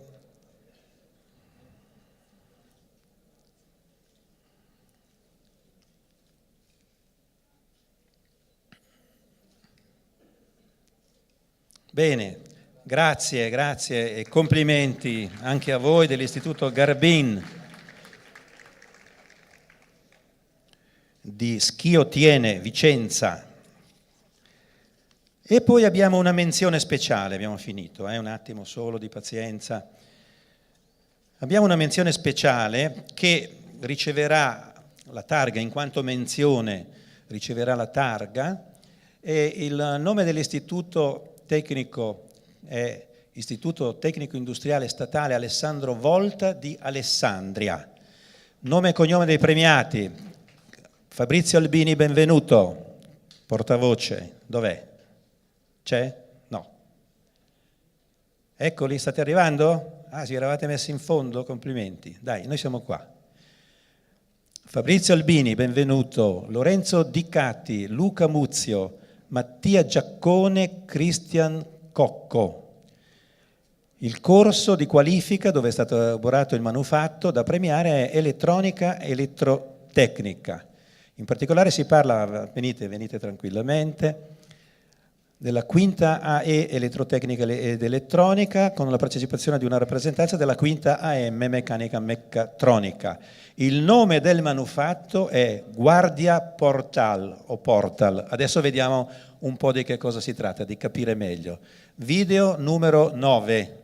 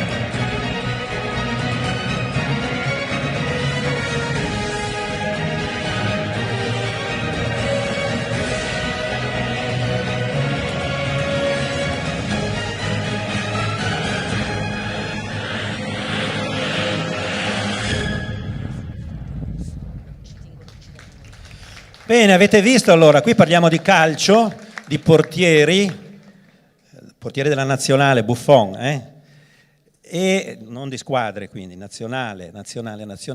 I ragazzi si sono, penso, anche un po' divertiti. È un progetto di automazione. Perché avete scelto il calcio? Ma noi cercavamo un modo semplice e divertente di integrare sistemi complessi, imparare a integrare dei sistemi complessi che poi nelle aziende, comunque nell'industria di oggi, sono cose quotidiane, diciamo. Quindi è un portiere di biliardino gestito da un sistema di visione artificiale, con l'integrazione di numerosi dispositivi. Lei è il docente che ha seguito questo progetto? Ci dica perché e che caratteristiche di eccellenza ha questo progetto. Lo studente ha anticipato, la nostra scuola partecipa da qualche anno alle Olimpiadi dell'automazione promosse dalla Siemens in collaborazione con il Ministero e diciamo nella logica di estensione del concetto se sento imparo in un certo modo, se vedo aumento le capacità, se faccio, abbiamo voluto aggiungere il divertimento. Quindi i ragazzi hanno studiato un'applicazione che ha permesso loro di imparare cose che normalmente si utilizzano nell'automazione industriale. Molte grazie. E che cosa c'entra Siemens? Cioè Siemens adesso si dedica ai biliardini? No, Siemens da anni valorizza il lavoro dei ragazzi attraverso tante attività che culminano proprio con questo tipo di Olimpiadi. Siamo già arrivati all'8ª edizione, partecipano circa 1000 ragazzi. A ogni scuola si dà ampia libertà di fare qualsiasi tipo di progetto purché di automazione. E loro sono arrivati appunto primi o senior, vengono premiati 12 scuole. Sono stati veramente molto bravi anche perché è un'attività formativa non solo a livello tecnologico ma anche di gruppo, quindi diciamo che secondo noi rientra anche molto nel concetto dei nuovi skill trasversali. Loro hanno capito a interagire anche col territorio oltre che tra di loro, che vi posso assicurare che non è banale questa cosa. Noi stessi adulti lo sappiamo, maggior ragione i ragazzi imparano fin da adesso a cooperare e interagire tra di loro. Per ottenere questa cosa qui volevo giusto specificare che il video è stato fatto da loro, perché oltre a vincere il premio senior per l'automazione hanno vinto anche il premio per la comunicazione, perché come sappiamo tutti le cose bisogna anche saperle vendere, e quindi insomma questo video è stato fatto anche da loro. Grazie molte dottoressa, rappresentante della Siemens. Loro sono stati premiati per la scorsa edizione delle Olimpiadi, no? 2016, e con la doppia motivazione, come lei giustamente ha ricordato, per il progetto ma anche per la capacità di comunicarlo, e questo video ne è la dimostrazione. Diamo il premio a questi ragazzi, a questo centro, a questa scuola, meglio, Istituto Tecnico Industriale Statale Alessandro Volta di Alessandria, e dà il premio il sottosegretario Bobba, ancora chiamato qui. Prego, potete mettervi tutti qui davanti. Se poi volete notizie su come rendere automatico il vostro biliardino, loro sono disponibili a passarvi il know-how. Onorevole Bobba dà la targa e il Kindle. No, il Kindle non c'è in questo caso, chiedo scusa, perché è una menzione speciale. Siemens realizza le Olimpiadi Siemens, ormai all'8ª edizione, ed è un campo veramente di premialità, di valorizzazione dei ragazzi molto molto importante. Grazie ancora, grazie. Grazie davvero, complimenti, grazie, grazie, grazie. Bene, adesso in questa vulcanica, magmatica e un po' incasinata mattinata, se la regia è pronta, passiamo all'ultimo blocco. Abbiamo un leggero ritardo, ma recupereremo tutto, non c'è problema. E se la regia è pronta, direi di dare il video del Ministro del Lavoro, Giuliano Poletti, che ha registrato ieri qui, che non ha potuto quindi essere qui con noi oggi, ma ci ha tenuto a mandare un video, quindi diamo senz'altro questo video e poi passiamo all'ultimo blocco dei nostri lavori di questa mattinata. Prego la regia.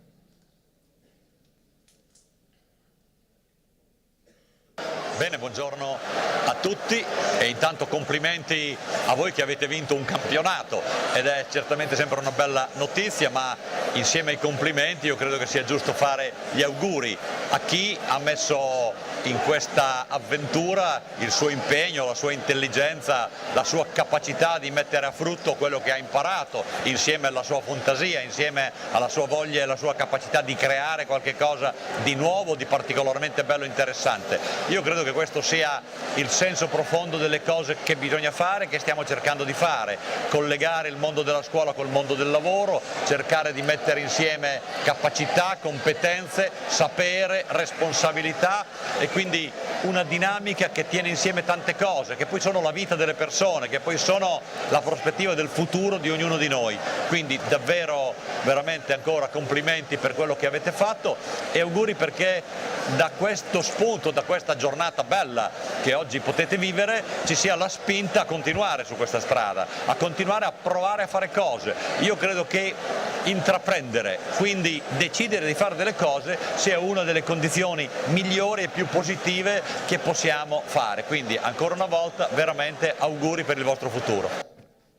Bene, grazie al Ministro Giuliano Poletti, Ministro del Lavoro. E adesso passiamo, come dicevo, all'ultimo blocco. Intanto reinviterei il sottosegretario Luigi Bobba a salire e ad accomodarsi qua, insieme a Marco Centra, ricercatore dell'ISFOL INAP, che tra l'altro ha pensato, è lo sponsor che ha dato sia gli elementi e le risorse per la targa, sia l'acquisto dei Kindle, degli 8 Kindle che sono stati dati agli 8 esempi di eccellenza. ISFOL, che d'ora in avanti non lo sentirete più come marchio, ma sentirete INAP con 2 P.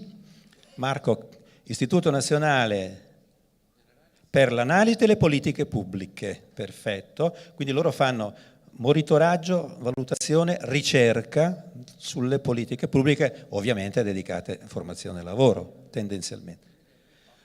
Quelle che hanno impatto comunque sui temi del lavoro, naturalmente.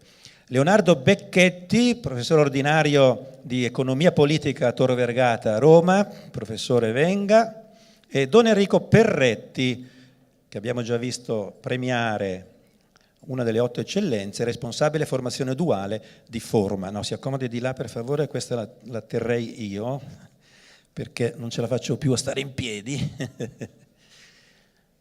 Bene, è arrivato anche Don Enrico. Allora, a Luigi Bobba diamo un po' di materiale per la sua riflessione certamente, ma anche per fare il punto sulle cose che sono state fatte dal punto di vista dell'alternanza, perché il movimento dell'alternanza comincia a vedersi, insomma, no? Ne parlavamo prima in apertura dei lavori, io gli ho dato anche alcuni numeri, eccetera, che non sto a ripetere, semmai li chiederemo a Luigi Bobba di darci conforto ancora da questo punto di vista. Però partendo da Marco Centra, volevo capire, tu come ricercatore, insomma, come vedi, come valuti questi, vengono chiamati passo dopo passo, verso la costruzione dell'apprendimento duale. È una scommessa che stiamo vincendo, Marco, dal tuo osservatorio di ricercatore. Qual è la tua opinione? Se la regia gentilmente mi fa avere un microfono per i nostri ospiti, perché qui non ce ne sono più, ce n'è soltanto uno e ce l'ho io. Se gentilmente mi portano un microfono, grazie, io do il mio microfono a Marco Centra. Grazie. I nostri studi, l'ISFO si occupa da parecchi decenni di formazione e di lavoro. Negli ultimi anni, anche in seguito alla lunga fase di recessione, ci siamo chiesti quali fossero gli ostacoli che impedivano ai giovani di avere una fluida transizione verso il mercato del lavoro, e da qui, da parecchi anni, è nata l'idea dal punto di vista normativo di far contaminare i due aspetti, quindi formazione e lavoro devono contaminarsi e non deve esserci un blocco netto tra i due, cioè finito il sistema di istruzione si entra immediatamente nel mercato del lavoro. Questo scalino è difficile da salire per i nostri giovani. Quali sono i vantaggi? Io ho ascoltato con molto interesse le esperienze delle imprese nel offrire opportunità e offerta formativa o di stage ai giovani e quindi fluidificare la transizione nel mercato del lavoro. È un bene per tutti, è un bene per la collettività che una buona transizione di competenze innovative, e questa è la parola chiave per uscire dalla nostra crisi, le competenze innovative entrino nel sistema produttivo. Si è più produttivi, le imprese acquistano migliori competenze nel processo di produzione, in nuovi prodotti, aumentano i loro profitti, che è compito delle imprese, e riescono a remunerare meglio il capitale umano, aumentando banalmente i salari. Questa è la spirale virtuosa che ci auspichiamo che questa sfida dell'alternanza scuola-lavoro e quindi della contaminazione tra formazione e lavoro crei benefici per l'intero sistema produttivo, per il benessere e per il Paese, e in ultima analisi aumentando gli indicatori di tipo macroeconomico, crescita del PIL, crescita della produttività, dove il nostro Paese soffre molto. L'alternanza scuola-lavoro, il nostro istituto si occupa del monitoraggio della sperimentazione prevista dal decreto 81 del 2015 che prevede questo strumento. È al momento stiamo verificando se i 3 passi che le regioni devono mettere in atto, cioè l'avvio di provvedimenti normativi, quindi di atti di indirizzo, e la definizione di un'offerta formativa fino a poi alla decisa effettiva implementazione dei corsi, si stia effettivamente attuando. Quello che abbiamo notato nei primi 6 mesi di sperimentazione è che c'è un certo ritardo, una certa difficoltà, e purtroppo, e questa è una questione strutturale del nostro Paese, sono, a parte la Sicilia, soltanto regioni del centro-nord che sono riuscite al momento ad essere disponibili a attuare dei progetti di offerta formativa per l'alternanza scuola-lavoro.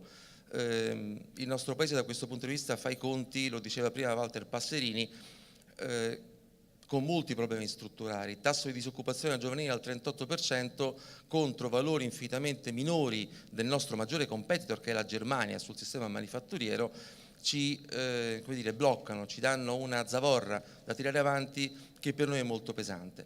La sfida che il nostro istituto sta monitorando è, lo ripeto, questa, cioè fluidificare, e tramite i sistemi di alternanza e di apprendimento duale, fluidificare la transizione, perché un inserimento corretto, fluido, efficiente dei giovani nel mercato del lavoro e presso le imprese che offrono questa possibilità vuol dire dare un vantaggio ai giovani, ma dare un vantaggio anche alle imprese. Le imprese che abbiamo sentito nella prima parte sono imprese grandi, strutturate, che hanno sperimentato da tempo l'esperienza delle corporate university. In realtà il nostro paese è fatto di imprese piccole e piccolissime, di medie e piccole imprese, che faticano ad attivare questi sistemi di alternanza.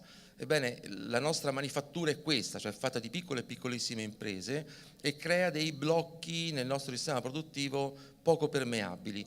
E quindi il nostro riflessione in base agli studi fatti sono fondamentalmente quelli di aiutare anche le piccole e piccolissime imprese.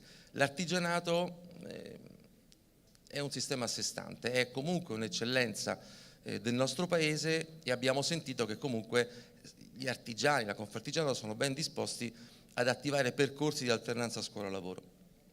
Grazie a Marco Centra di INAP. Prima di dare la parola a Becchetti, lo terrei per ultimo perché volevo che gli inquadrasse un po' alcune questioni che già anche lo stesso Marco Centra ha introdotto. Don Enrico Perretti, vediamo un po', cioè questo duale, dalla vostra esperienza, lei è responsabile formazione duale di Forma. Forma è una grande associazione formativa italiana. Ecco, stiamo sfondando, e quali sono gli ostacoli dal suo punto di vista? La mia esperienza diretta, sono direttore generale del CNOSFAP, quindi dei Salesiani, e a nome di Confap e di Forma guido questa esperienza sulla sperimentazione duale. Abbiamo ritenuto opportuno dare una lettura più profonda e più diretta da coloro che la attuano dell'esperienza della sperimentazione duale. Perché? Perché crediamo che sia una rivoluzione di tutto il sistema della formazione professionale, nel senso che si aggiunge come risorsa aggiuntiva il finanziamento a quello che c'è già, ma ha l'opportunità di rendere molto più semplice, l'abbiamo già sentito, l'inserimento al lavoro dei giovani, mettendo due tra i soggetti principali, e allargheremo anche ad altri, il mondo della formazione e il mondo dell'azienda, come corresponsabili della formazione dei giovani e dell'inserimento al lavoro.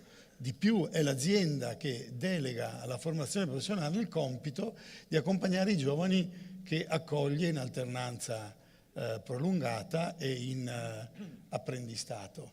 Noi crediamo che questo sia il sistema giusto, perché ci rendiamo conto che dobbiamo superare due handicap molto gravi all'interno del nostro mondo formativo. Il primo è l'incapacità di leggere nel lavoro una cosa positiva. Il lavoro ha quasi un contenuto negativo. In realtà il lavoro non è una dimensione economica, è una dimensione antropologica, perché la persona si realizza nella capacità di diventare responsabile della propria vita e con la propria vita rendersi responsabile della comunità a cui appartiene.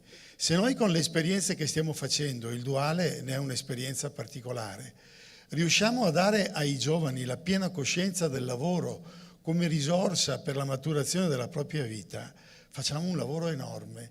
Certo che dobbiamo combattere contro una dimensione della produttività che sembra mettere in evidenza, lo diceva lei prima, no? Abbiamo questa immagine negativa anche dei ragazzi. Non è vero, i ragazzi non hanno poca voglia di fare, non sono pigri, non sono chiusi in un mondo virtuale. L'abbiamo sentito dalle testimonianze. Hanno bisogno che si risponda alle loro domande, anche avendo il coraggio di educare le loro domande. I ragazzi hanno il desiderio di costruire una macchina, l'abbiamo sentito prima. Hanno il desiderio di giocare a calcetto, l'abbiamo visto prima. Prendiamo questo loro desiderio e applichiamolo alla capacità di diventare produttivi, creativi, di rendersi conto che questo avviene nella propria vita. Il duale tutto questo lo permette. È chiaro che chiede una sinergia molto più forte a questi due attori che abbiamo detto, perché nel campo della formazione non ci sono solo gli enti di formazione, le aziende, c'è tutta la pubblica amministrazione, c'è tutto il territorio, ci sono tutti gli stakeholder che noi possiamo trovare nei territori, ci sono le famiglie. Credo che dobbiamo creare un'alleanza ed è quello che stiamo facendo all'interno di questa sperimentazione che stiamo portando avanti con 80 centri pilota italiani di queste due aggregazioni, che vorrebbero mettere in piedi un'alleanza formativa forte, costruttiva, per rendere la sperimentazione già capace l'anno prossimo di tradursi in qualcosa di molto più concreto. In ogni caso noi crediamo che questa sia una risorsa straordinaria. Grazie Don Enrico. Leonardo Becchetti, qui ci sono alcune questioni di fondo che non possiamo bypassare. La prima, stiamo davvero valorizzando il nostro capitale umano? C'è tutto il tema dell'over education, per esempio, che ogni tanto esce, cioè in Italia si dice le persone, ci sono delle quote di studenti che sono troppo laureati, masterizzati, eccetera, eccetera, per il sistema economico italiano. E quindi hanno sbagliato tutto, hanno seguito master, hanno fatto bene le università, hanno lavorato bene nelle secondarie superiori, nella formazione professionale, ma all'Italia non servono. Over education, che secondo me è un insulto alla conoscenza, al bisogno di conoscenza che abbiamo. L'altra questione è quella, come dire, di una capacità dei territori anche. Ecco, Marco Centra prima parlava delle piccole imprese, ma la questione dei territori non è secondaria, cioè le vocazioni occupazionali dei territori sono in parte da cambiare e in parte da scoprire e da riscoprire.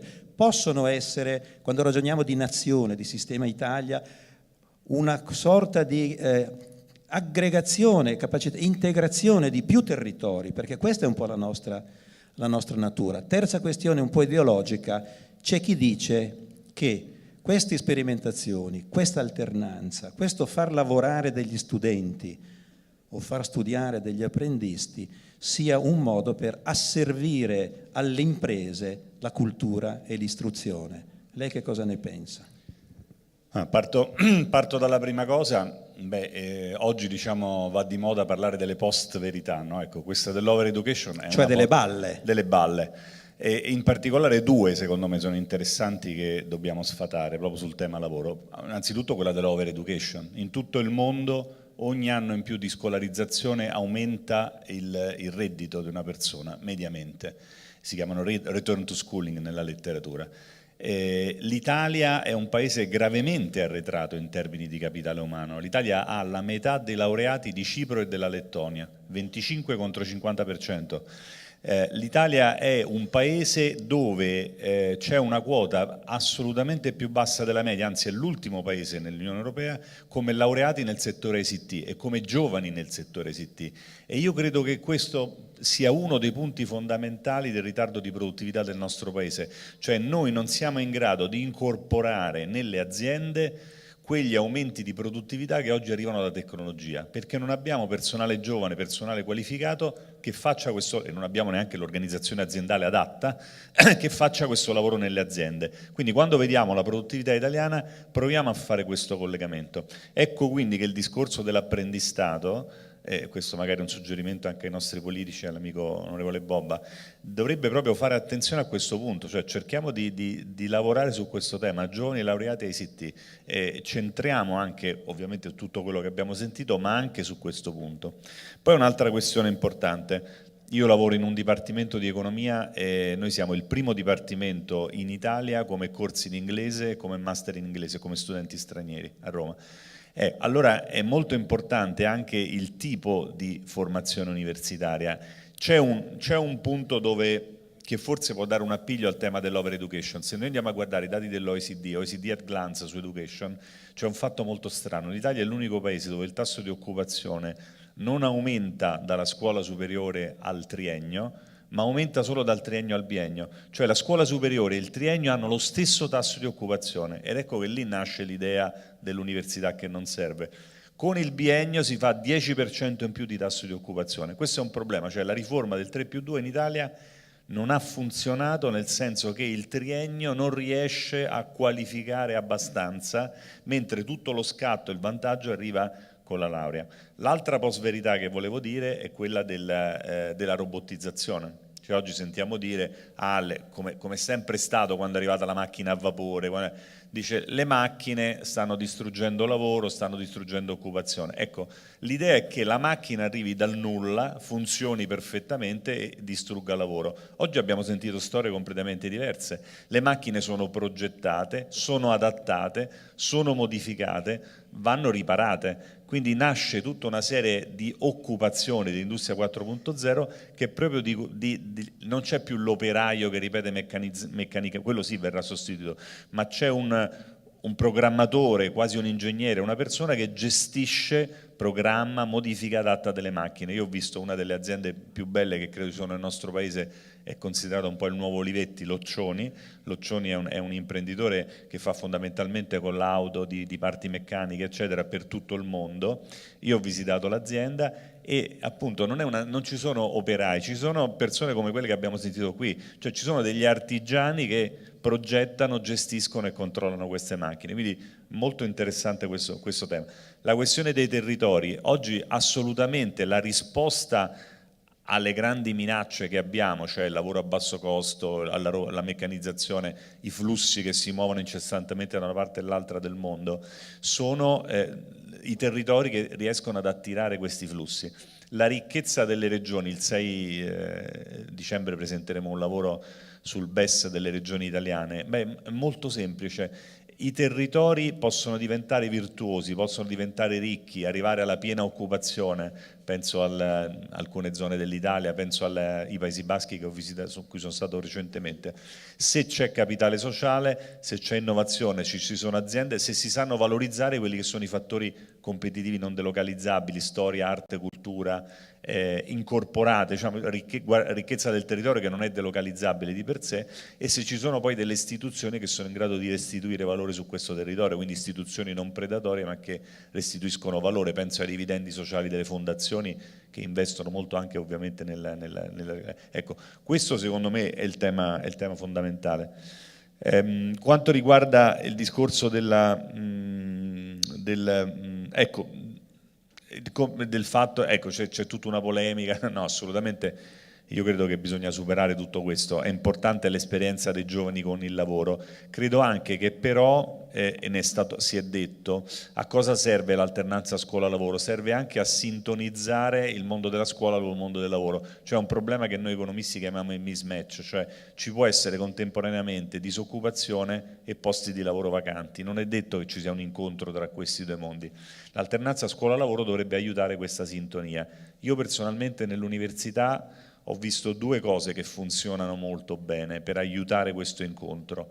Una è l'idea di corsi che siano coprogrammati da università e aziende. Noi abbiamo un corso che si chiama Big Data, che è stato chiesto, è stato voluto da una serie di aziende informatiche e telecomunicazioni, anche a noi interessava fare un corso di statistica su questo, l'abbiamo progettato insieme, le persone che escono immediatamente vanno a lavorare in queste aziende, di fatto è come se noi facessimo la formazione per queste aziende, questo funziona moltissimo. L'altra cosa che funziona sono i project work, cioè le aziende che vengono da noi a fare, è interessante, non è lo stage, al contrario, il project work è l'azienda che viene in università. Perché? Perché le aziende hanno bisogno di verificare capire le soft skill dei ragazzi, no? Questa è un'altra parola che si usa molto oggi. Cioè un'azienda vede un curriculum, dice vabbè questo ha preso 110 lode, ma è uno che sa stare in mezzo agli altri, che sa lavorare, che sa vivere sotto cioè, quindi le aziende hanno bisogno di verificare quelle che sono le soft skill dei ragazzi e questo si può fare solo con periodi di apprendistato, con momenti in cui il ragazzo viene messo alla prova, non basta andare lì con il curriculum e vedere se uno ha preso un bel voto all'università. Quindi nessuna paura di colonizzazione, però affermazione della pari dignità nella produzione dei saperi tra le scuole, l'istruzione e l'università e la stessa azienda, perché anche l'azienda producono saperi che debbono avere pari dignità, altrimenti siamo serie A e serie B di nuovo. E noi vogliamo che vengano in università a interagire con noi. Perfetto, grazie Leonardo Becchetti. Io per ragioni di tempo darei la parola a Gigi Bobba. Ti fermi lì? Vuoi andare a tirare? T'abbiamo messo... Bravissimo, oh, ecco. Allora, ce la stiamo facendo dal tuo osservatorio? Come sta andando? E a questo punto quali sono le 2 o 3 cose più importanti da fare per consolidare questo movimento della buona alternanza che ormai diventa anche visibile, insomma, non solo a Job Orienta di Verona, no?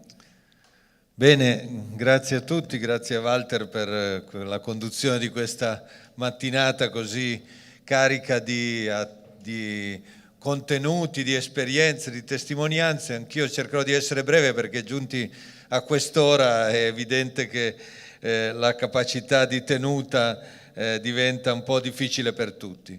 E quindi vorrei fare semplicemente 3 sottolineature. La prima è questa: le esperienze, i campioni che abbiamo visto, quelli che hanno vinto le Olimpiadi dei mestieri, ci dicono una cosa chiara, che in quei prodotti che hanno realizzato ci sono insieme 4 cose. C'è della conoscenza, c'è delle tecnologie, c'è della creatività e c'è della manualità. E tutte queste 4 cose insieme sono poi quello che consentono di realizzare un capolavoro, no? Mettendo insieme queste 4 cose e attingendo sia dal mondo della formazione che dal mondo dell'impresa e attingendo dai talenti anche di ciascuno dei giovani, si possono realizzare cose belle, ben fatte, e che possono diventare i prodotti che in qualche modo ci fanno ancora un grande paese nel mondo, proprio perché siamo capaci di fare tante cose che si vendono perché sono fatte bene, contengono tecnologia, contengono creatività, sono in qualche modo un biglietto da visita di quello che è l'Italia. E allora quello che abbiamo iniziato, stiamo cominciando, stiamo in strada, siamo sicuramente in cammino con l'alternanza, lo potrei riassumere in questi pochi numeri. Primo, i 300 centri che abbiamo scelto per avviare, per mettere in moto il motore, hanno erogato quasi 70.000 ore di orientamento. Dice, perché orientamento? Perché nella scelta dei percorsi e di questi nuovi percorsi duali c'è un cambio culturale che riguardano le agenzie formative e le imprese, ma riguardano anche le famiglie e i ragazzi, cioè indirizzarli effettivamente verso quelle realtà, quei mestieri, quelle professioni, quei percorsi che poi trovano un qualche riscontro nel mondo del produttivo e delle imprese, perché non possiamo più stare fermi e vedere il dato di Unioncamere che ci dice che ci sono 80.000 posizioni lavorative dove le aziende fanno l'appello e non risponde nessuno, o meglio, rispondono persone che non hanno le competenze, non hanno il nome giusto, potremmo dire, per poter occupare quel ruolo. Quindi innanzitutto questo lavoro preliminare. Secondo dato è che con la programmazione di quest'anno avremo circa 20.000 ragazzi che saranno in percorsi duali, in alternanza, in apprendistato. Mi permetto di correggere anche Marco Centro con qualche dato più ravvicinato, ovvero che nelle regioni del sud è vero che facciamo più fatica, ma proprio 15 giorni fa ero in Sardegna e sono partiti, anche loro erano praticamente fermi, il motore era completamente spento, e anche Campania e Calabria hanno fatto gli atti deliberativi, quindi sono in grado di partire abbastanza rapidamente. Terzo dato, se guardiamo i numeri delle comunicazioni obbligatorie, vediamo anche cosa è successo dal punto di vista dell'apprendistato di primo livello, quello che io più, chiaramente chiamerei apprendistato formativo. Perché guardo quei dati? Perché quei dati erano un po' la nostra Caporetto, no? A parte Bolzano, il resto del mondo, l'apprendistato formativo di primo livello era diventato una specie di panda, e quindi quel dato è un po' il dato, un po' lì si misura se sapremo vincere o meno questa sfida. Ora, il confronto lo faccio fra il febbraio e l'agosto di questo anno. Perché prendiamo questo? Perché per mettere in moto questo sistema duale abbiamo dovuto fare parecchi passaggi. Prima c'è stata l'ideazione, il confronto con le parti sociali, con gli enti formativi, la scrittura della norma, l'approvazione della norma, poi il decreto interministeriale, poi la conferenza Stato e Regioni, poi gli accordi con le singole regioni e poi gli accordi contrattuali delle parti sociali. Tutto questo di fatto si è messo in moto tra la fine di gennaio di questo anno. Ebbene, se guardiamo i dati febbraio-agosto, noi abbiamo nell'apprendistato di primo livello un trend di più 13%. Ma se adesso i dati non sono ancora definitivi, mi aspetto che in questi ultimi 4 mesi questo trend abbia una significativa impennata e possa superare il 30% rispetto ovviamente al confronto con l'anno precedente. Quindi diciamo qualcosa si è mosso anche nel campo più difficile, perché l'alternanza nel mondo degli enti e delle agenzie formative e dell'istruzione e formazione professionale era già in qualche modo una pratica corrente. Adesso semmai si è rafforzata, si è qualificata, si è estesa anche temporalmente. Quindi la partita nuova più difficile era proprio quella sull'apprendistato formativo. Siamo invece più, seduti sull'apprendistato cosiddetto di terzo livello. Si è parlato qui delle università, no? Tra l'università e l'apprendistato ancora c'è una distanza piuttosto elevata. L'apprendistato di terzo livello, sempre nello stesso periodo, c'è stato un piccolo incremento del 2%, insomma sostanzialmente non c'è stata una vera partenza, no? E questo ci dice che anche trovare i modi e le forme attraverso cui le istituzioni universitarie sono in grado di costruire dei percorsi duali anche per le lauree o per i master in alta formazione e ricerca è una strada da seguire, perché l'abbiamo sentito all'inizio di questo confronto, in altri paesi le scuole tecniche superiori o le università professionali sono un elemento ordinario del sistema formativo. Quindi da questo versante siamo un po' più in difficoltà. Ci sono altre 2 difficoltà che stiamo cercando di superare. La prima è stato osservato giustamente che non bastano le grandi imprese, no? Quelle che abbiamo anche ascoltato stamattina, servono, ma abbiamo ascoltato anche la Confartigianato della Lombardia, no? Servono la rete delle piccole e medie imprese dell'artigianato.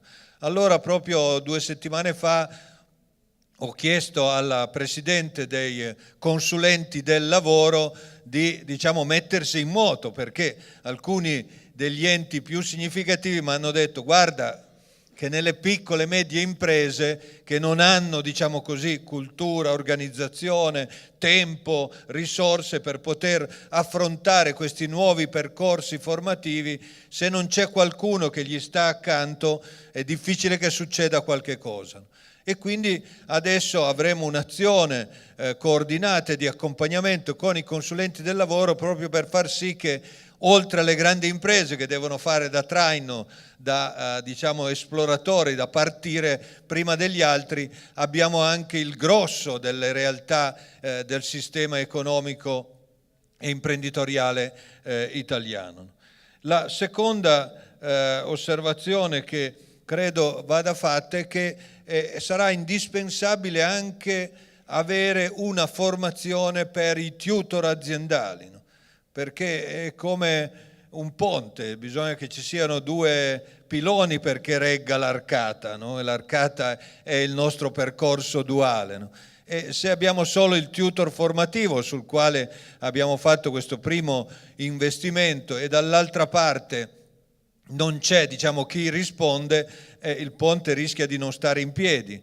Ecco perché ho chiesto in particolare ai fondi interprofessionali di dedicare un po' di risorse, di quelle che hanno, della formazione continua per formare queste figure non solo nelle grandi aziende, che lo possono fare anche con risorse proprie, ma anche nella rete delle piccole e medie imprese. Quindi un modo di far sì che questa partenza, che comincia a dare qualche segnale positivo, poi di fronte alle difficoltà non arretri e non perda la spinta, la velocità necessaria, perché dobbiamo recuperare molto tempo che abbiamo perduto. Infine, 2 credo buone notizie. La prima è che vengono dalla legge di bilancio che sta per essere approvata dalla Camera dei Deputati. Nella legge di bilancio ci sono due cose nuove che credo faranno piacere sia alle aziende che alle regioni e ai soggetti della formazione professionale. La prima è che sono stati rinnovati le risorse per allungare, proseguire nella sperimentazione anche con le risorse per il 2017, sia dal versante delle aziende in termini di facilitazioni e minori costi, sia dal versante delle regioni e dei soggetti formativi accreditati con lo stesso incremento che avevamo nell'anno 2015 e 2016. La seconda, forse più importante anche in termini di prospettiva, è che la decontribuzione per le assunzioni dal prossimo anno, dal 2017, per il 2017 e il 2018, sarà legata proprio alle forme di alternanza e di apprendistato formativo, ovvero che le aziende che assumeranno quei giovani che hanno fatto alternanza con la legge 107, quei giovani che hanno fatto alternanza nei centri di formazione professionale, quei giovani che hanno fatto tirocini curriculari in università, quei giovani che hanno fatto i percorsi di ITS, istruzione tecnica superiore, quei giovani che hanno ottenuto un titolo formativo, come abbiamo sentito da alcune delle esperienze, che hanno ottenuto quel titolo in apprendistato formativo di primo livello, ebbene, se assumeranno quei giovani, le aziende avranno una decontribuzione triennale pari a 3.250 euro all'anno, quindi circa 10.000 euro, su questo tipo di assunzioni. Che senso ha questa misura? Da un lato di mettere in moto un sistema di convenienze, dall'altro di far diventare elemento ordinario nel percorso di avvicinamento, inserimento lavorativo, gli strumenti di alternanza, di apprendistato, di tirocinio curricolare, in modo che questo diventi un elemento ordinario, non eccezionale, del nostro sistema di rapporto tra scuola, lavoro, tra formazione e aziende. Ecco allora che queste due scelte che sono contenute nella legge di bilancio in qualche modo ci danno insieme una prospettiva, una maggiore stabilizzazione e soprattutto un sistema di convenienze che in qualche modo aiuti tutti a mettere insieme la convinzione, il cambio culturale, e la convenienza, cioè la possibilità che fare queste scelte è anche un modo per poter accedere delle risorse o ridurre i costi.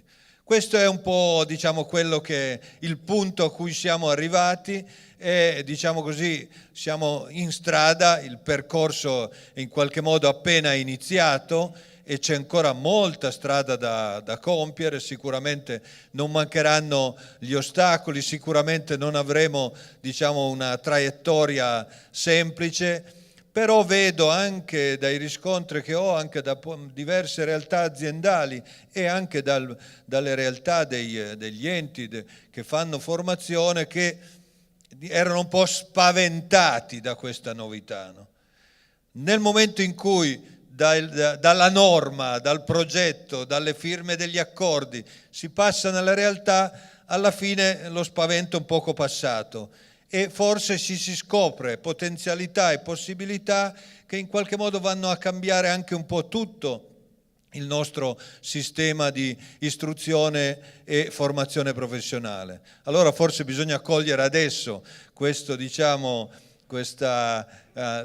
lume acceso, questo entusiasmo che in qualche modo vedo in non poche realtà, per far sì che il motore non si imballi, ma anzi proceda in modo più spedito e possiamo arrivare nel giro di un paio di anni ad avere una stabilizzazione normale, ordinaria, di un modo di fare formazione con l'obiettivo di conseguire quelle due risultati che ci siamo dati fin dall'inizio. Uno, abbattere radicalmente l'abbandono e la dispersione scolastica, non possiamo più tollerare un 17% di abbandono e di dispersione scolastica. 2, far sì che l'avvicinamento e l'inserimento al lavoro non abbia un tempo così lungo da generare nei giovani una frustrazione e un impoverimento delle loro capacità, del loro capitale umano, ma abbia invece dei tempi ravvicinati così che formazione e lavoro si rimandano uno con l'altro. Se terremo, diciamo così, ben fissa la nostra stella polare e soprattutto non ci faremo scoraggiare dagli ostacoli, io credo che presto anche i risultati verranno. Grazie a voi, grazie a tutti coloro che stanno lavorandoci, grazie ai giovani che hanno partecipato, alle regioni, ai soggetti formativi, alle imprese. È un lavoro comune, facciamolo insieme. Un'ultima domanda, sottosegretario. Sì, proprio 30 secondi. Il rischio è quello delle due alternanze. C'è un'alternanza che si fa all'istruzione e c'è l'alternanza che si fa sulla formazione professionale. Non c'è questo rischio se i due soggetti non si parlano? E l'altra cosa sulla legge di bilancio, ma questi ragazzi che hanno fatto alternanza, stage e tirocini, verranno assunti da aziende anche diverse da quelle in cui hanno fatto l'esperienza di alternanza? Dalle stesse. Dalle stesse aziende? Sì, dalle stesse. Sul primo punto è stato siglato proprio 2 settimane fa dai 2 ministri Giannini e Poletti un protocollo d'intesa che dà vita a una cabina di regia tra i 2 ministeri, in modo che non procediamo come i binari che non si incontrano mai, ma direi che il clima di collaborazione è sufficientemente positivo. Naturalmente bisogna abituarsi anche a costruire percorsi cooperativi, cosa che non era proprio nella prassi più corrente, ma adesso abbiamo anche un impegno formale. Dall'impegno formale bisogna passare a farlo concretamente tutti i giorni, perché questi diversi strumenti, alternanza, apprendistato, tirocini, insomma, siano coordinati e abbiano una cultura comune e soprattutto una traiettoria comune. Se lo sapremo fare, credo che faremo un servizio positivo per i giovani prima di tutti, ma anche per il Paese.